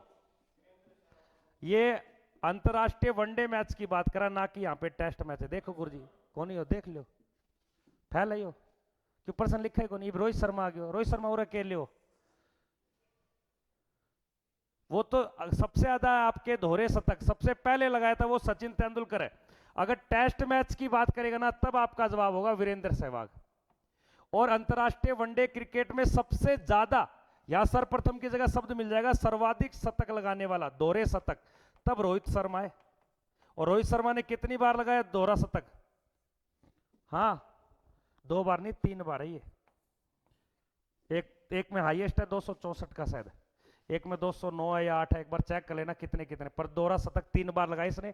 एक ही अंतरराष्ट्रीय प्लेयर है जिसने ज्यादा लगाया आपके 3। 2 आपके एक एक कई बार मिल जाए, 2 भी मिलने मुश्किल है।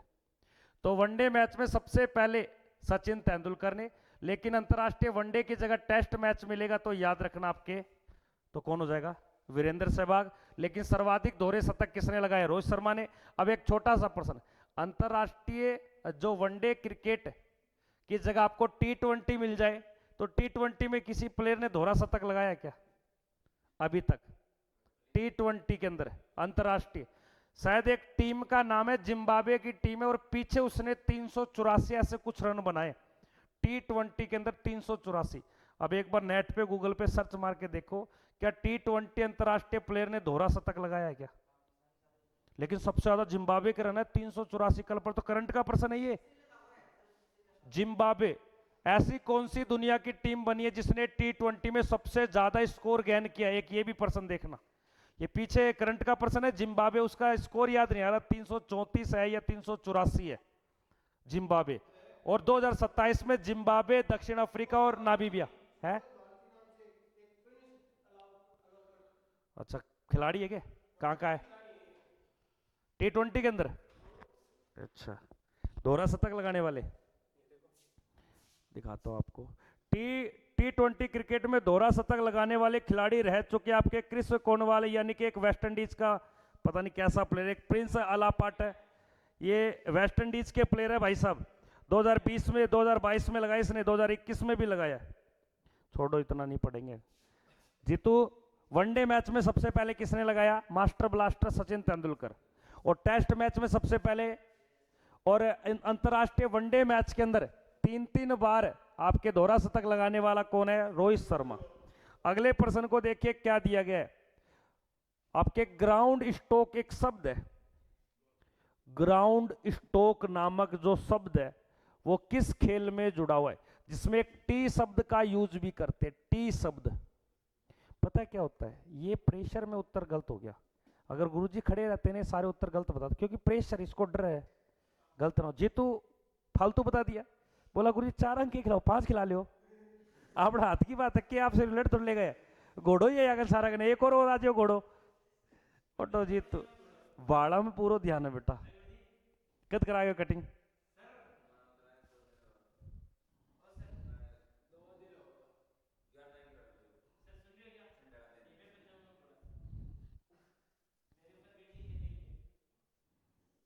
सॉरी सर, मम्मी के साथ लड्डू बना रही हूं तो मैसेज नहीं कर पा रही। तो बेटा तू पढ़ ले, तू लाडू लुडू तो रहने दे।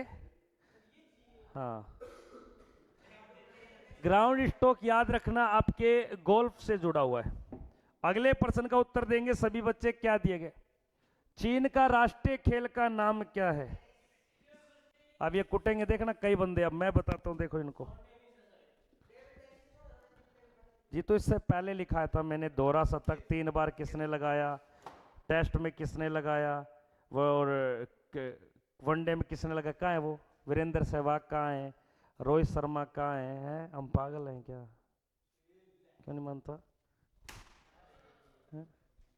तो लिखे तीनों छोरा नाम लिख रहा। क्या देख खड़े दिखा। अरे एक ही तो लिखो घोड़ा, मैं 3-3 बताऊँ? मैं पागल हो के बड़ा तीनों लिखे हैं। करे दिखा खड़े। वीरेंद्र है, ये वीरेंद्र के समझो टेस्ट में। और सारुण ज्यादा दोहरा शतक कहना लगाया वो के। हाँ वो और क्या। और तू रहे तो नहीं पे गुरुजी समझा के गया, फिर ही कौन लिखे थे? खड़ा लिखे टेस्ट को कौन लिखो और ज्यादा को कौन लिखो हैं? लागी ये नहाते रहे। और ज्यादा वनडे में कहना लगाया ज्यादा दोहरा शतक रे। पहलो कौन को ज्यादा पूछो? ज्यादा ज्यादा कहना लगाया है। अब बता, अब बता क्या वो के? अब बता, अब बता।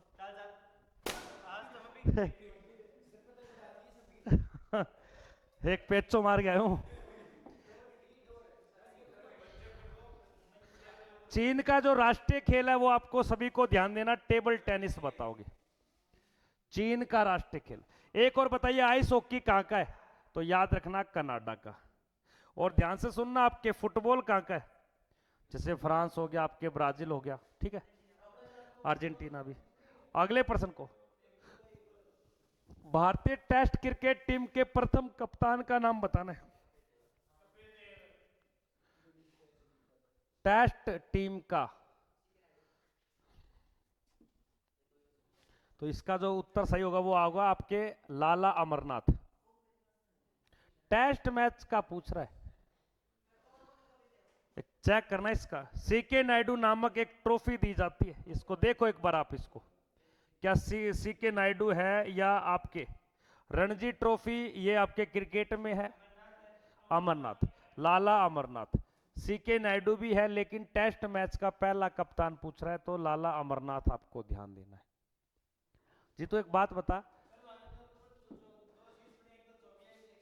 टेस्ट मैच में कुल कितने ओवर होते हैं जीतू? टेस्ट मैच में ओवर कितने होते हैं? वाह बेटा वाह। टेस्ट मैच में कोई ओवर की सीमा नहीं होती, इनके दिन होते हैं और ऑल आउट होती है। और 2-2 बार मौका मिलता है खेलने का। कौन माना जीतियो, कौन माना भाई? टेस्ट मैच में T20 हो क्यों 2 घंटा खेल गयो? तो सुने को नहीं कि आज मैच काल भी हो, परसों भी हो, 3-4 दिन 4-4 दिन चल जाए। हाँ देखिए, सर्वप्रथम राजीव गांधी खेल रत्न पुरस्कार हासिल करने वाले पहले क्रिकेटर का नाम पूछ रहा है। अभी तक टोटल व्यक्ति याद रखना 4 ही व्यक्ति को मिला ये, और इस राजीव गांधी खेल रत्न का नाम भी चेंज कर दिया। बिल्कुल, सबसे पहले क्रिकेटर को दिया गया था आपके सचिन तेंदुलकर, उसके बाद में एमएस धोनी, और धोनी के बाद में आपके विराट, विराट के बाद में आपके रोहित। तो अभी तक कुल कितने व्यक्तियों को खेल जगत का सबसे बड़ा सम्मान मिला है? 25 लाख रुपए मिलते हैं।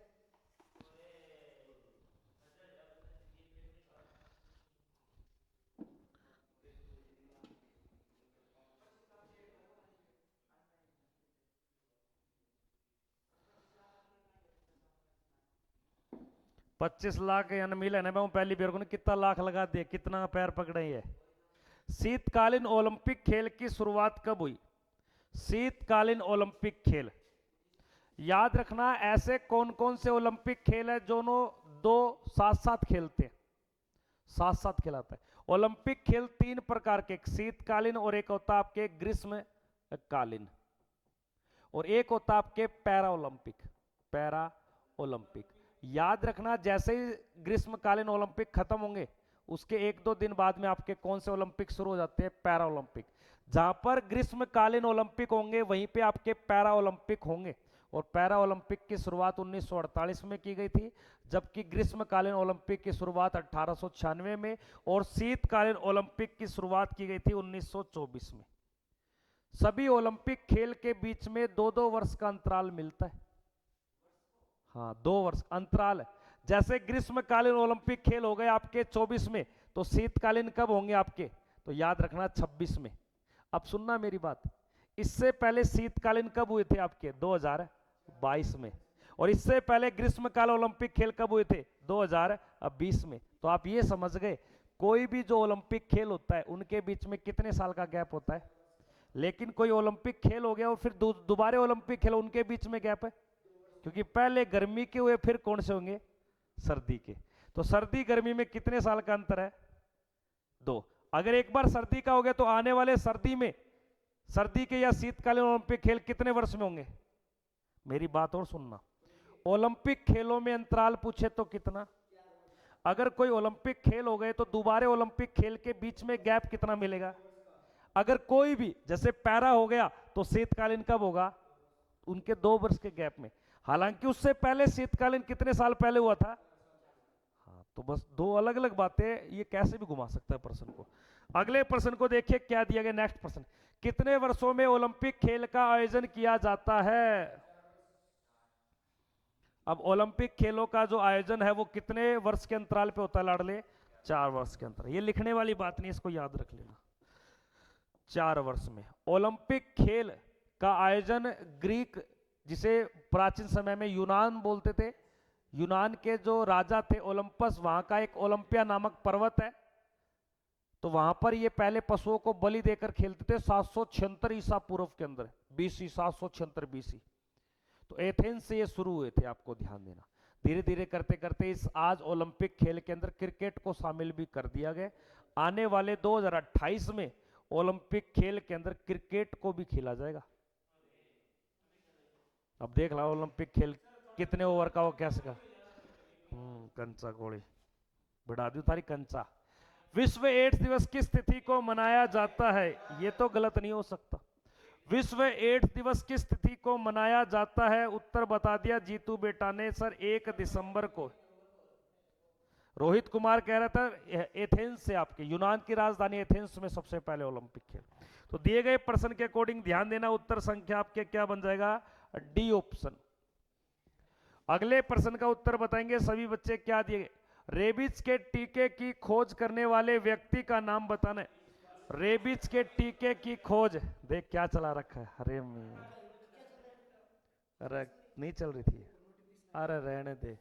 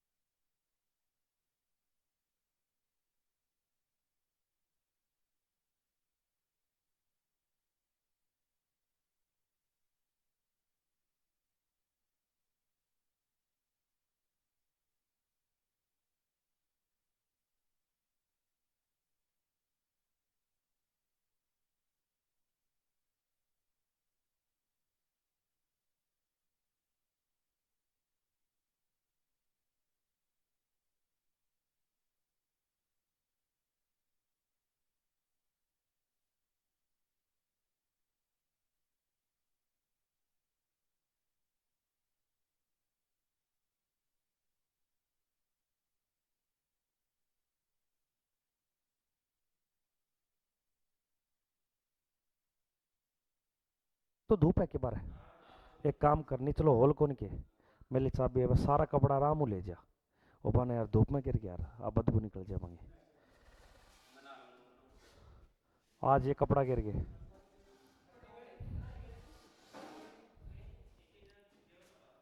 तड़ ना गिरी जीतिया, और ये तो तड़ ना गिरी है।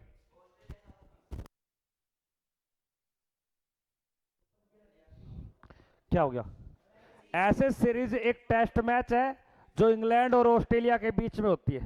तो दिए गए प्रश्न के अकॉर्डिंग याद रखना, आपके बी उत्तर बन जाएगा इसका।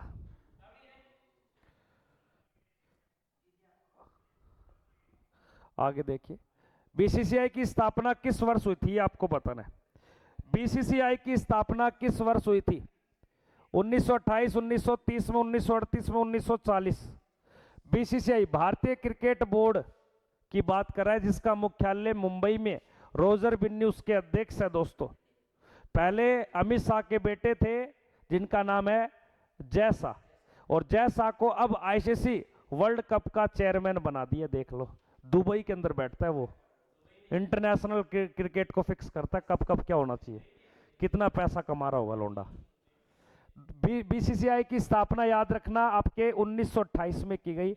दिए प्रश्न में याद रखना आपके ए उत्तर, जिसका मुख्यालय आपके मुंबई के अंदर पड़ता है। आवाज नहीं आ रही। अगले प्रश्न को देखेंगे छोटे मोटे भाई, क्या दिया गया नेक्स्ट प्रश्न। आईपीएल में ऑरेंज कैप का संबंध किससे? ये तो सभी का सही होना चाहिए, बिल्कुल। ऑरेंज कलर की जो टोपी मिलती है, संतरे रंग की कैप, वह सर्वाधिक रन जो पूरी प्रतियोगिता में जितनी भी टीम है, किसी भी खिलाड़ी के, अगर मान लो कोई चेन्नई से खेल रहा है, कोई मुंबई से खेल रहा है, और हैदराबाद का बंदा उन दोनों टीम के प्लेयर को छोड़ के आगे रन बना लेगा, उसको क्या मिलेगी? Orange cap. बिल्कुल याद रखना, सबसे ज्यादा ऑरेंज कैप किस प्लेयर ने ली है, यह भी प्रश्न बन सकता है। ऊपर नीचे होता रहता है, पीछे विराट भी रहता है, फिर वो हैदराबाद का कौन सा, उसका नाम भूल गया मैं, मयंक अग्रवाल भी रहा है कुछ मैच में। अब शुरू में जो पहले मैच में अच्छा चल गया तो करीब करीब शुरुआत में वही ले लेते प्लेयर। करंट कहां चलेगी? करंट आने दे इसको। लास्ट में ये आईपीएल में लास्ट किसको थी? हाँ भाई विराट है। विराट बार नहीं पड़ी है क्या? विराट कुछ नहीं, अब नहीं रहा। आईपीएल का पहला संस्करण किस वर्ष में खेला गया था? आईपीएल सबसे पहले जिसे राजस्थान रॉयल्स टीम ने जीता था। दिए गए प्रश्न में उत्तर संख्या बनेगा आपका 2008। हाँ, चीता जुड़ गया क्लास में, लिख ले भाई। अगले प्रश्न को देखिए, क्या दिया गया नेक्स्ट प्रश्न। 1983 में खेले गए विश्व कप भारतीय टीम का नेतृत्व किस प्लेयर ने किया था?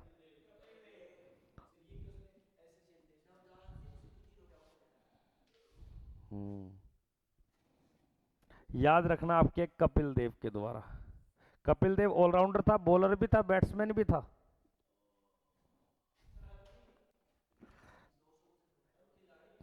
एक 174 के समथिंग होगा। भारत के पूर्व खिलाड़ी सचिन तेंदुलकर ने किस देश के खिलाफ अपना 100वां शतक? किसने? कपिल ने 200 बनाए, तो कपिल बनाता तो कपिल देव का नाम ही लिख देता, सचिन का नाम क्यों लिखता? सचिन तो आ रहा 96 के आसपास है। किसका? ए भगवान, होता तो प्रश्न में सचिन क्यों आता, फिर कपिल देव को करता। बात तो सही है। हे भगवान हरामी। भारत के पूर्व खिलाड़ी सचिन तेंदुलकर ने अपना लास्ट जो 100वां शतक लगाया है, वो याद रखना आपके बांग्लादेश के खिलाफ, और बांग्लादेश के अंदर ही है। कौन है? अगले प्रश्न को देखिए, क्या दिए गए। भारत की तरफ से प्रथम 500 विकेट लेने वाले प्लेयर का नाम क्या है? उसका रिकॉर्ड मुश्किल है तोड़ना, क्योंकि धीरे धीरे वो ले रहा, आपसे संन्यास ले रहा। टेस्ट मैच से तो ले लिया किसने? अश्विन ने। अब वनडे मैच में उसके कितने देखने पड़े, कितने विकेट, मुश्किल है। अभी इसका जो राइट उत्तर हो जाएगा वो हो जाएगा आपके अनिल कुंबले। अगले प्रश्न का उत्तर बताएंगे सभी विद्यार्थी। टेस्ट में 10-10 के विकेट लिए उसने। हाँ, वानखेड़े स्टेडियम किस शहर में स्थित है? वानखेड़े, एक ब्रेबोन नामक स्टेडियम भी यहीं पड़ता है, जिसका संबंध कौन से शहर से है? मुंबई से आपके। चिन्ना स्वामी याद रखना आपके कहां पड़ता है?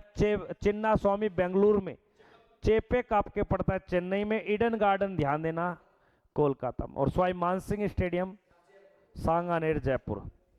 एक यहां पे स्टेडियम बनेगा ओकस कुकस, जयपुर में एक बड़ा स्टेडियम बनेगा जो दुनिया का सबसे बड़ा स्टेडियम होगा, यह भी याद रखना।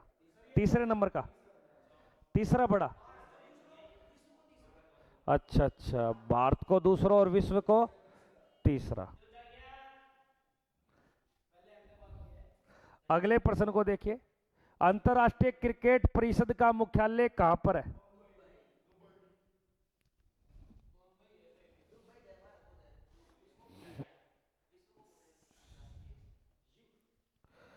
ये करके दिखाओ, चलो ये करके दिखाओ। अंतरराष्ट्रीय क्रिकेट परिषद आईसीसी का मुख्यालय किस जगह पड़ता है? याद रखना आपके दुबई के अंदर। अगले प्रश्न को देखेंगे सभी विद्यार्थी, क्या दिया गया? नेक्स्ट प्रश्न, विश्व में दुग्ध उत्पादन में भारत का कौन सा स्थान है?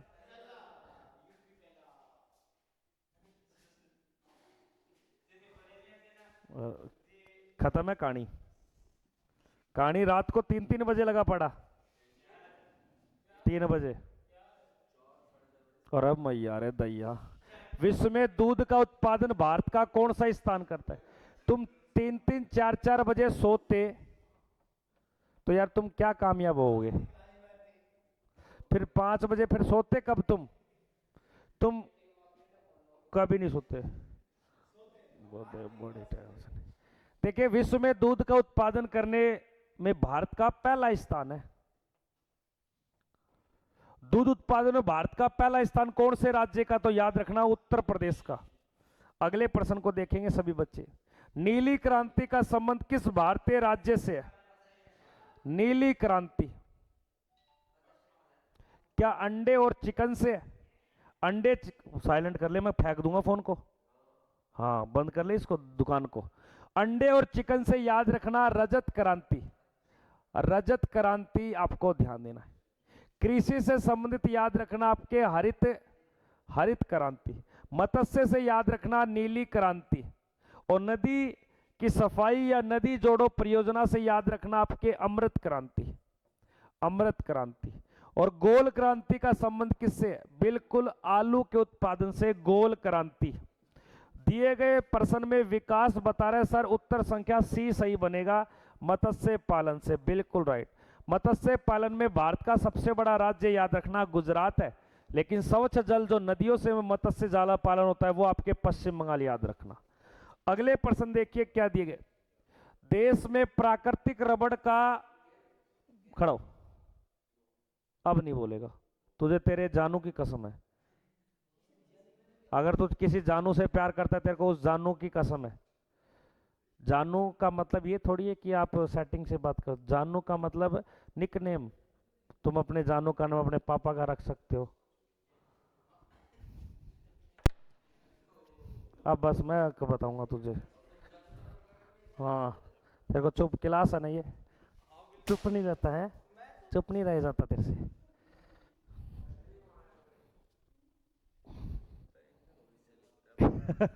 भविष्य, इसका राजकुमार का भविष्य।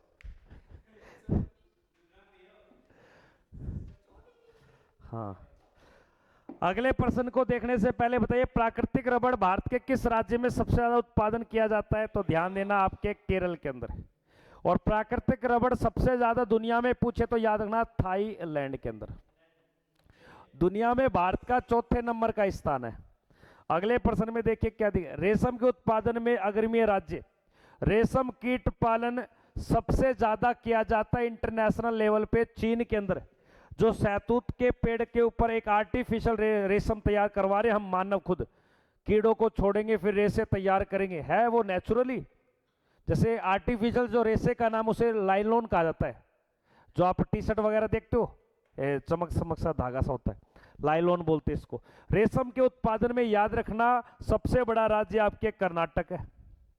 रेशम कीट पालन की विधि को सेरीकल्चर बोलते हैं।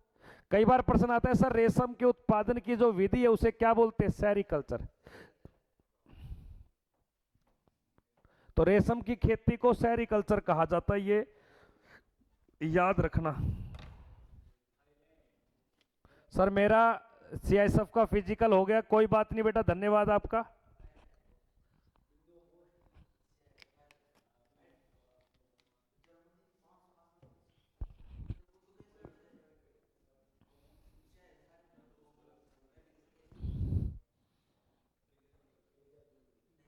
देश में सोयाबीन का सबसे बड़ा उत्पादक राज्य कौन सा है? सोयाबीन का उत्पादक राज्य कौन सा है? अरे वो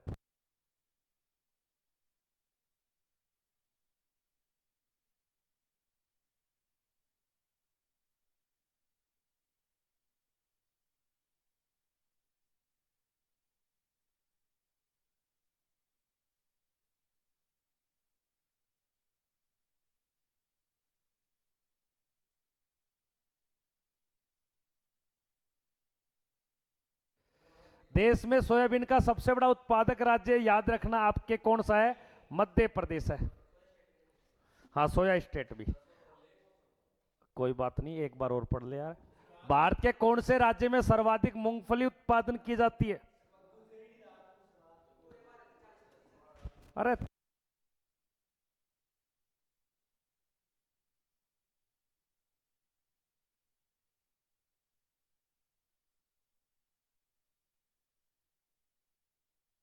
देखिए, भारत में कौन से राज्य में सबसे ज्यादा मूंगफली पैदा की जाती है? तो ध्यान देना, आपके गुजरात में।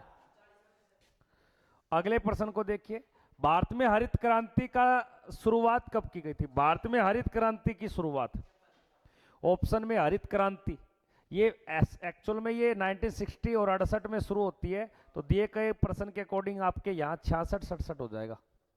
और भारत में हरित क्रांति लाने का जो श्रेय था वो एम एस स्वामीनाथन को। हरित क्रांति पहले आपके अमेरिका से शुरू होती है, जो नॉर्मन बोरलो के द्वारा शुरू की गई, लेकिन हरित क्रांति में हरित नामक जो शब्द दिए, ये एक व्यक्ति था जिसका नाम है आपके विलियम गोंड। तो विलियम गोंड को हरित क्रांति के शब्द का जनक कहा जाता है, जबकि हरित क्रांति का जनक कहा जाता है नॉर्मन बोरलो, और भारत में हरित क्रांति का जनक कहा जाता है एम एस स्वामीनाथन, जो गेहूं की फसल, और धीरे धीरे 1984 में इसके अंदर चावल भी शामिल कर दिया। जितने जो खाने की फसल होती है ना, चावल है। हाँ पहले पंजाब हरियाणा ऐसे इस क्षेत्रों में फैल गई है, उत्तर भारत में। देश में सर्वाधिक क्षेत्रफल में फैली हुई खेती का नाम बताइए। तो पूरे भारत में सबसे ज्यादा उगाई जाने वाली, उत्पादन करने वाली, ज्यादा भूमि को, हेक्टर भूमि को घेरने वाली भी कौन सी है? आपके धान। इस धान को ही चावल बोलते हैं। अब दो बातें समझना, चावल के अंदर विटामिन नहीं होता, लेकिन एक गोल्डन राइस पाया जाता है, उसमें विटामिन ए पाया जाता है। हालांकि चावल में कार्बोहाइड्रेट होता है, और सबसे पहले शरीर में कार्बोहाइड्रेट का पाचन हमारे शरीर का मुख्य अंग यानी कि मुंह उसको कर लेता है। लेकिन आपने देखा होगा कि पाचन,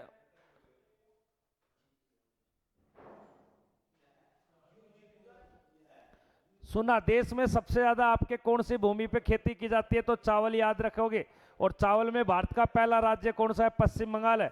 और चावल उत्पादन में दो देश का, सॉरी विश्व में देश पूछे तो चीन बताना है। भारत में चावल का उत्पादन करने में पहला राज्य पश्चिम बंगाल, लेकिन भारत में चावल का कटोरा छत्तीसगढ़ को बोलते हैं। और याद रखना, विश्व में भारत का दूसरा स्थान है, पहला चीन और दूसरा भारत। चावल अनुसंधान केंद्र आपके अंतर्राष्ट्रीय लेवल पे फिलीपींस की राजधानी मनीला में, और राष्ट्रीय लेवल पे इसका शोध केंद्र पड़ता है उड़ीसा के कटक, जो महानदी के किनारे बसा हुआ है।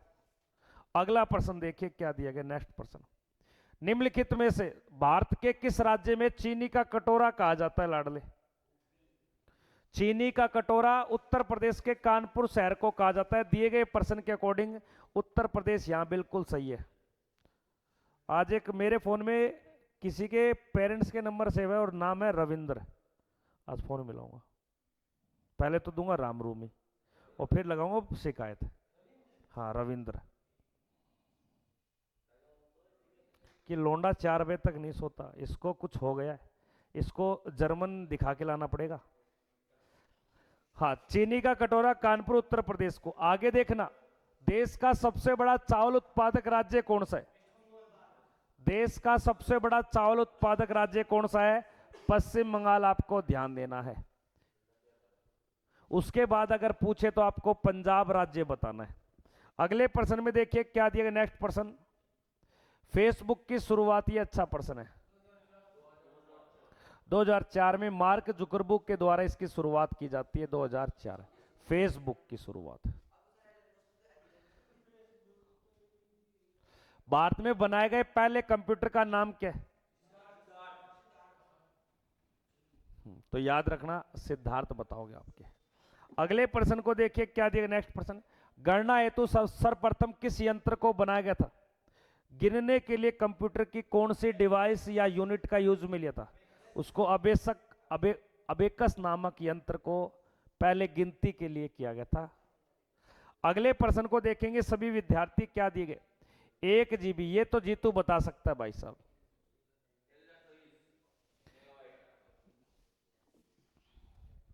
देखो सर, एक मोटिवेशन सुना दो ना। मोटिवेशन सुनाने से आप मोटिवेट हो जाते हो क्या? कोई फायदा तो है नहीं, ठीक है ना।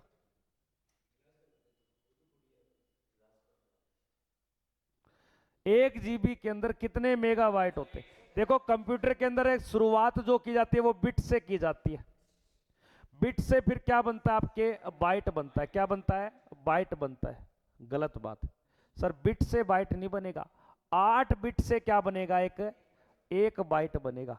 फिर अगर आपके पास 1024 बाइट है, 1024 बाइट्स है, तो याद रखना आपके, तो क्या बनेगा? 1 किलो बाइट बनेगा।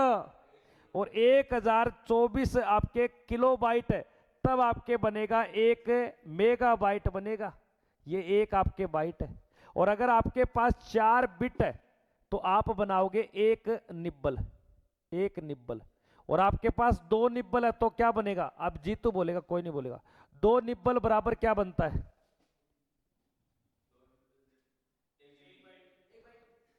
यार देख, 8 बिट का एक बाइट है, 4 बिट का एक निब्बल है, और 4 दूनी 8 है, और 2 निब्बल का क्या बन जाएगा? क्या 2 बन जाएगा? दिमाग को नहीं छोड़, दिमाग अलवर भरतपुर का नहीं न हंड है। अंब वीडियो कॉल पर जो जोर पूरो दे क्या चारणों को नहीं हो रहा, नहीं हो गयो, अंधेरो हो गयो चारणा में। जीतू तेरो केजरीवाल बना दूंगा, सब हटा ले। रात ने सोए को नहीं बटो।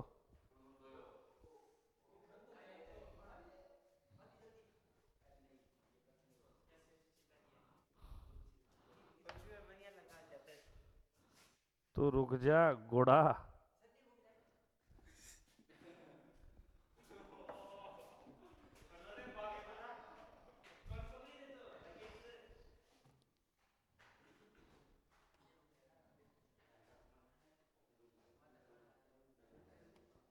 बताओ। बिल्कुल 1024 मेगाबाइट आपके। और 1024 मेगाबाइट जो होते हैं तब बनता है 1 गीगाबाइट। और 1024 आपके गीगाबाइट होता है तो बनता है एक टेराबाइट। और 1024 आपके टेराबाइट होता है तो एक पेंटाबाइट बनता है। पेंटाबाइट। फिर एक योटाबाइट, जोटाबाइट, इस प्रकार करते बहुत हो जाते हैं। जोटाबाइट नहीं है, हाँ योटा जोटा पता नहीं क्या है ये। तो प्रश्न में उत्तर हो जाएगा बी। आगे देखना क्या दिया गया। नेक्स्ट प्रश्न कि WA का पूरा नाम बताना। WN world area network, wide area network, window area network या वाइप एरिया नेटवर्क? हाँ, तो नेटवर्क को फैला दिया, वाइड कर दिया, फैला दिया। तो दिए गए प्रश्न में वाइड मिलेगा या वर्ल्ड मिलेगा? बिल्कुल वाइड एरिया नेटवर्क। एक शब्द मिलेगा WWW, वर्ल्ड वाइड वेब। बिल्कुल सही है। अगले प्रश्न का उत्तर देंगे सभी बच्चे। क्या दिए गए? खड़ा हो जरा, खड़ा हो करते 1 सेकंड में खड़े हो जा, बस मैं कह दियो 1 सेकंड में। मैं को खड़े हो जा, खड़े हो जा, मैं कह दूँ खड़े हो जा। मिलाओगे सूबेदार ने फोन करूँ के करा और आगे बैठ जा राजकुमार करें। वो कॉन्फिडेंट दे बेटा, बैंक बाप तनखा लिया हुआ है, इब थूक लगा के गड्डी गिन लग रहे बैंक में। तेरे कोई लगा जाओ थूक, जब को खड़े हो जाए ना जा। डटो कदो 12 बज रहे हैं। हाँ बेटा बज रहे, खत्म है कहानी। अगर यांगी टेस्टिंग करावे ने तो शरीर का 80% शुक्राणु मर चुके हैं, 20% जो जीवता है वह भी लड़खड़ा रहे। बस जीतने के ने गुणसूत्र के पानी पानी हो लियो सौदे को अगले ये देखिए, हाई हालांकि कंप्यूटर के कलर के पर्सन है ये, तो ध्यान देना HTML का जो फुल नेम होता है उसे हाइपर टेक्स्ट मार्कअप लैंग्वेज कहा जाता है। 1 किलोबाइट वो देख फेड अटैक कौन भाई, मैं कौन पढ़ाऊं।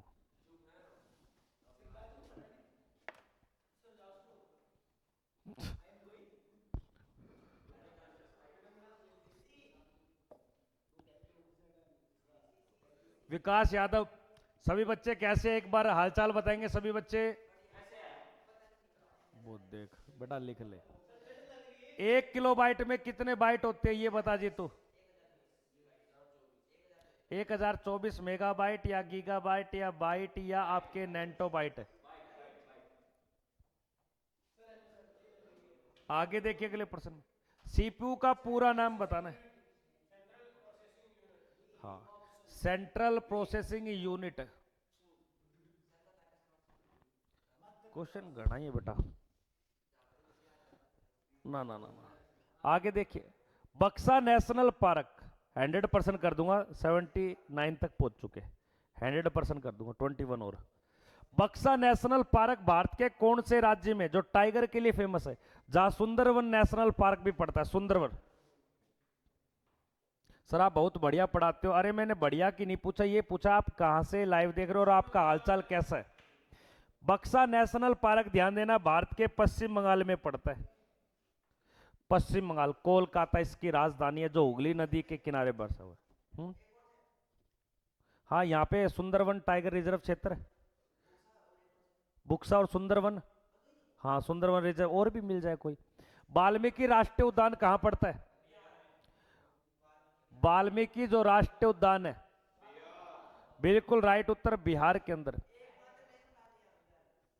एकमात्र नेशनल पार्क है, बिल्कुल सही है। उत्तर प्रदेश में भी एक ही है क्या, दुधवा नेशनल पार्क।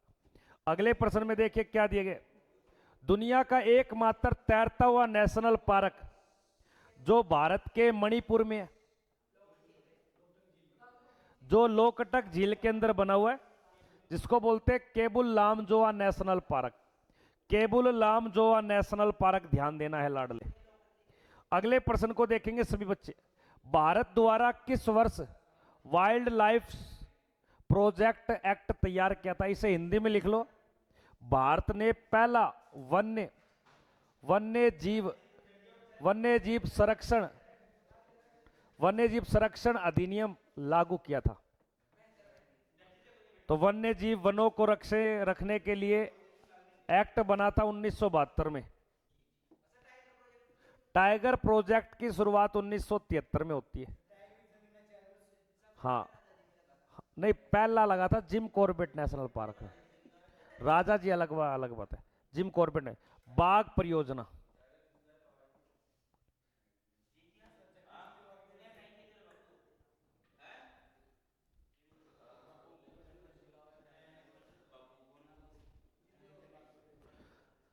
अगले प्रश्न को देखिए, सबसे ज्यादा राष्ट्रीय उद्यान भारत के कौन से राज्य में है, सबसे ज्यादा नेशनल पार्क भारत के कौन से राज्य में, उत्तर प्रदेश के कन्नौज से यूपी 74 इनका क्या है, कोई डिस्ट्रिक्ट नेम है क्या, डिस्ट्रिक्ट नंबर है क्या 74, यूपी 74, यूपी 82,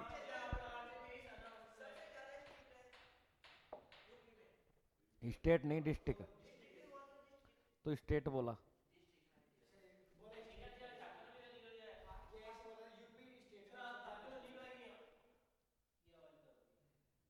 रुक जाओ, सबसे ज्यादा नेशनल पार्क याद रखना आपके मध्य प्रदेश में पड़ते हैं।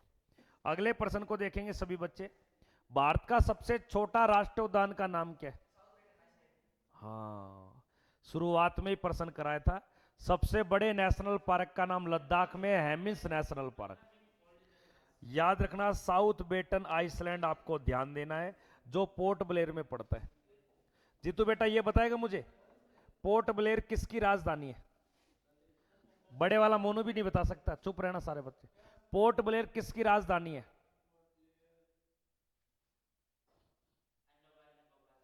हाँ, अंडमान निकोबार द्वीप समूह प्रदेश का नाम है। पोर्ट ब्लेयर का नाम चेंज है, श्रीरंगपुरम। देख एक बार अगले प्रश्न को देखिए, क्या दिया गया। नेक्स्ट प्रश्न, भारत में राष्ट्रीय उद्यानों की कुल संख्या। इस प्रश्न में मिस्टेक है, टोटल राष्ट्रीय उद्यान 106 हैं। ये पहले 4 थे, इसलिए 106 कर लेना इसको। अगले प्रश्न को देखेंगे सभी बच्चे। रोजर कप का संबंध किस खेल से जुड़ा हुआ है? विजयपुरम। हाँ, पोर्ट ब्लेयर का नया नाम है विजयपुरम। और रोजर कप का जो संबंध है वो ध्यान देना फुटबॉल से जुड़ा हुआ है। किससे जुड़ा हुआ है? फुटबॉल से जुड़ा हुआ है। आगरा ताजमहल से जुड़ा है। क्यों? आगरा ताजमहल के अंदर पुताई का काम कर रहा है क्या? क्यों? आगरा ताजमहल के अंदर क्वार्टर मिलते हैं क्या आपको रहने के लिए?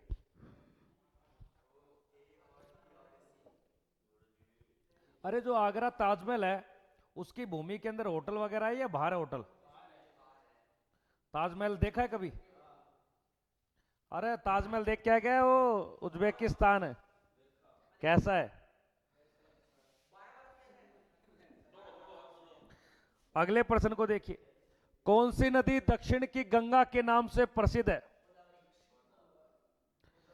कौन सी नदी को दक्षिण की गंगा के नाम से जानते हैं? और दक्षिण भारत की गंगा बोले तो याद रखना कावेरी, दिए गए प्रश्न में उत्तर बनेगा आपके गोदावरी। और एक की बात नहीं है।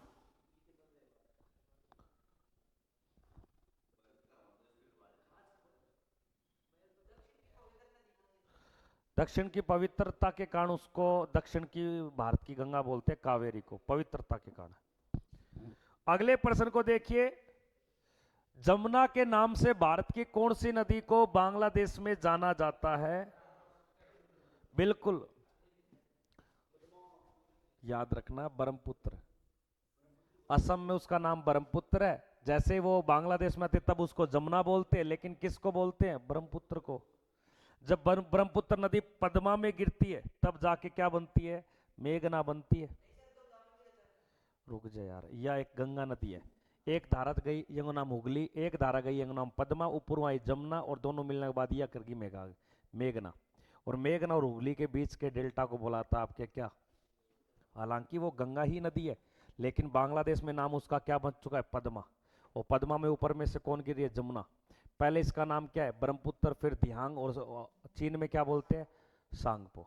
तो कई बार प्रश्न आता है जमुना नदी अपना पानी किस में गिराती है? तो पद्मा। और पद्मा और जमुना के संगम को क्या बोलते हैं? गंगा आती है उत्तराखंड के आपके गोमुख ग्लेशियर से है। वो नहीं, वो चोकचांग तो वो आपके चीन का चेमा युंगडुंग ग्लेशियर। हाँ, चालू वहीं से होती है, और देव प्रयाग के अंदर ये अलकनंदा और भागीरथी दोनों मिलकर आगे गंगा कहलाती है। हाँ, 25-25।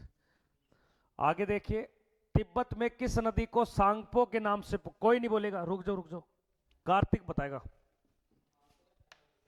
ये प्रश्न को उत्तर देते बस, चाह तो ठंडी कर देता है मेरी। बताए उत्तर बता, चुप रहो सारा, ना का घर चल जाओ हमारा। बता यार, अच्छा बावड़ ध्यान कौन नहीं बेटा, जित कार यही बता देगो। वो आंगली कर दी है ना पीछे।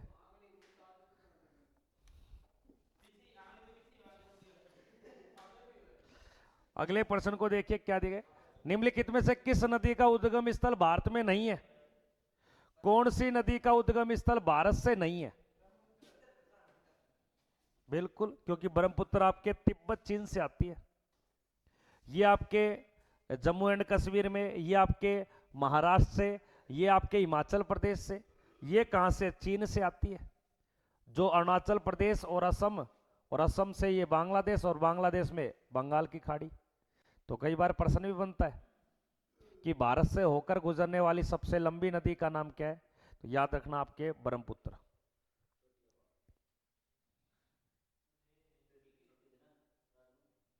सर मेरा आर्मी का पेपर क्लियर नहीं हुआ था 22 अप्रैल को दो।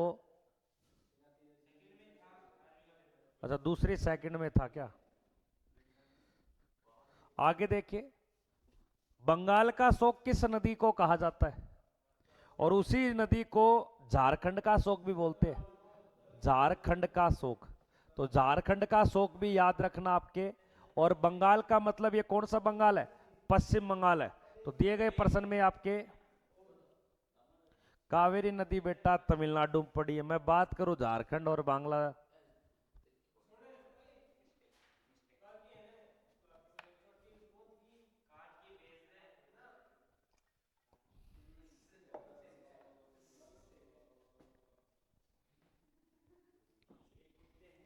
ये खत्म है ये बेटा, यहां पर ना जाइए, ये किमी को नहीं है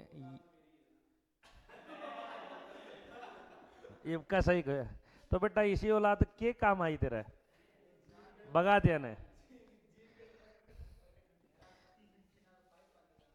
किस स्थान पे भागीरथी और अलकनंदा मिलकर गंगा नदी का निर्माण करते हैं?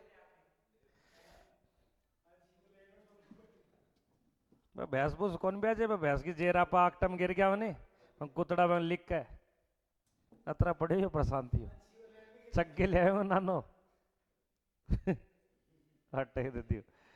वो देख 186 मैं बताऊँ 186 बेटा 186 में थे दिल्ली पुग जाओ, ये तो नीमगो थानो है। अरे सब जानो मैं बता रहा है जो कोई हो।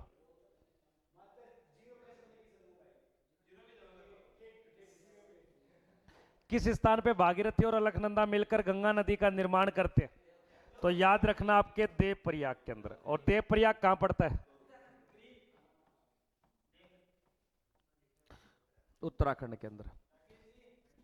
अगले प्रश्न में देख ले राकेश जी तो बता दे होता ना। विश्व का सबसे बड़ा डेल्टा कौन सी नदी के द्वारा बनाया जाता है? विश्व का सबसे बड़ा डेल्टा बनाने वाली जगह का नाम बताना है।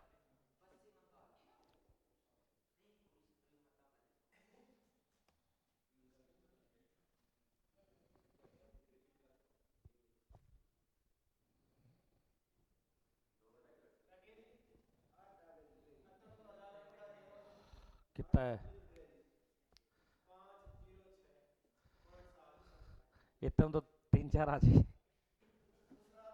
विश्व का सबसे बड़ा जो डेल्टा है वो गंगा ब्रह्मपुत्र नदी के बंगाल की खाड़ी में, जिसे सुंदरवन का डेल्टा बोलते हैं, लगभग 1,05,000 वर्ग किलोमीटर क्षेत्र में फैला हुआ है। बटो जी तू देख काफी बंद कर क्या बैठे बटो बटो।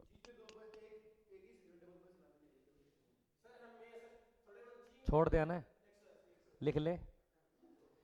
तो लिखा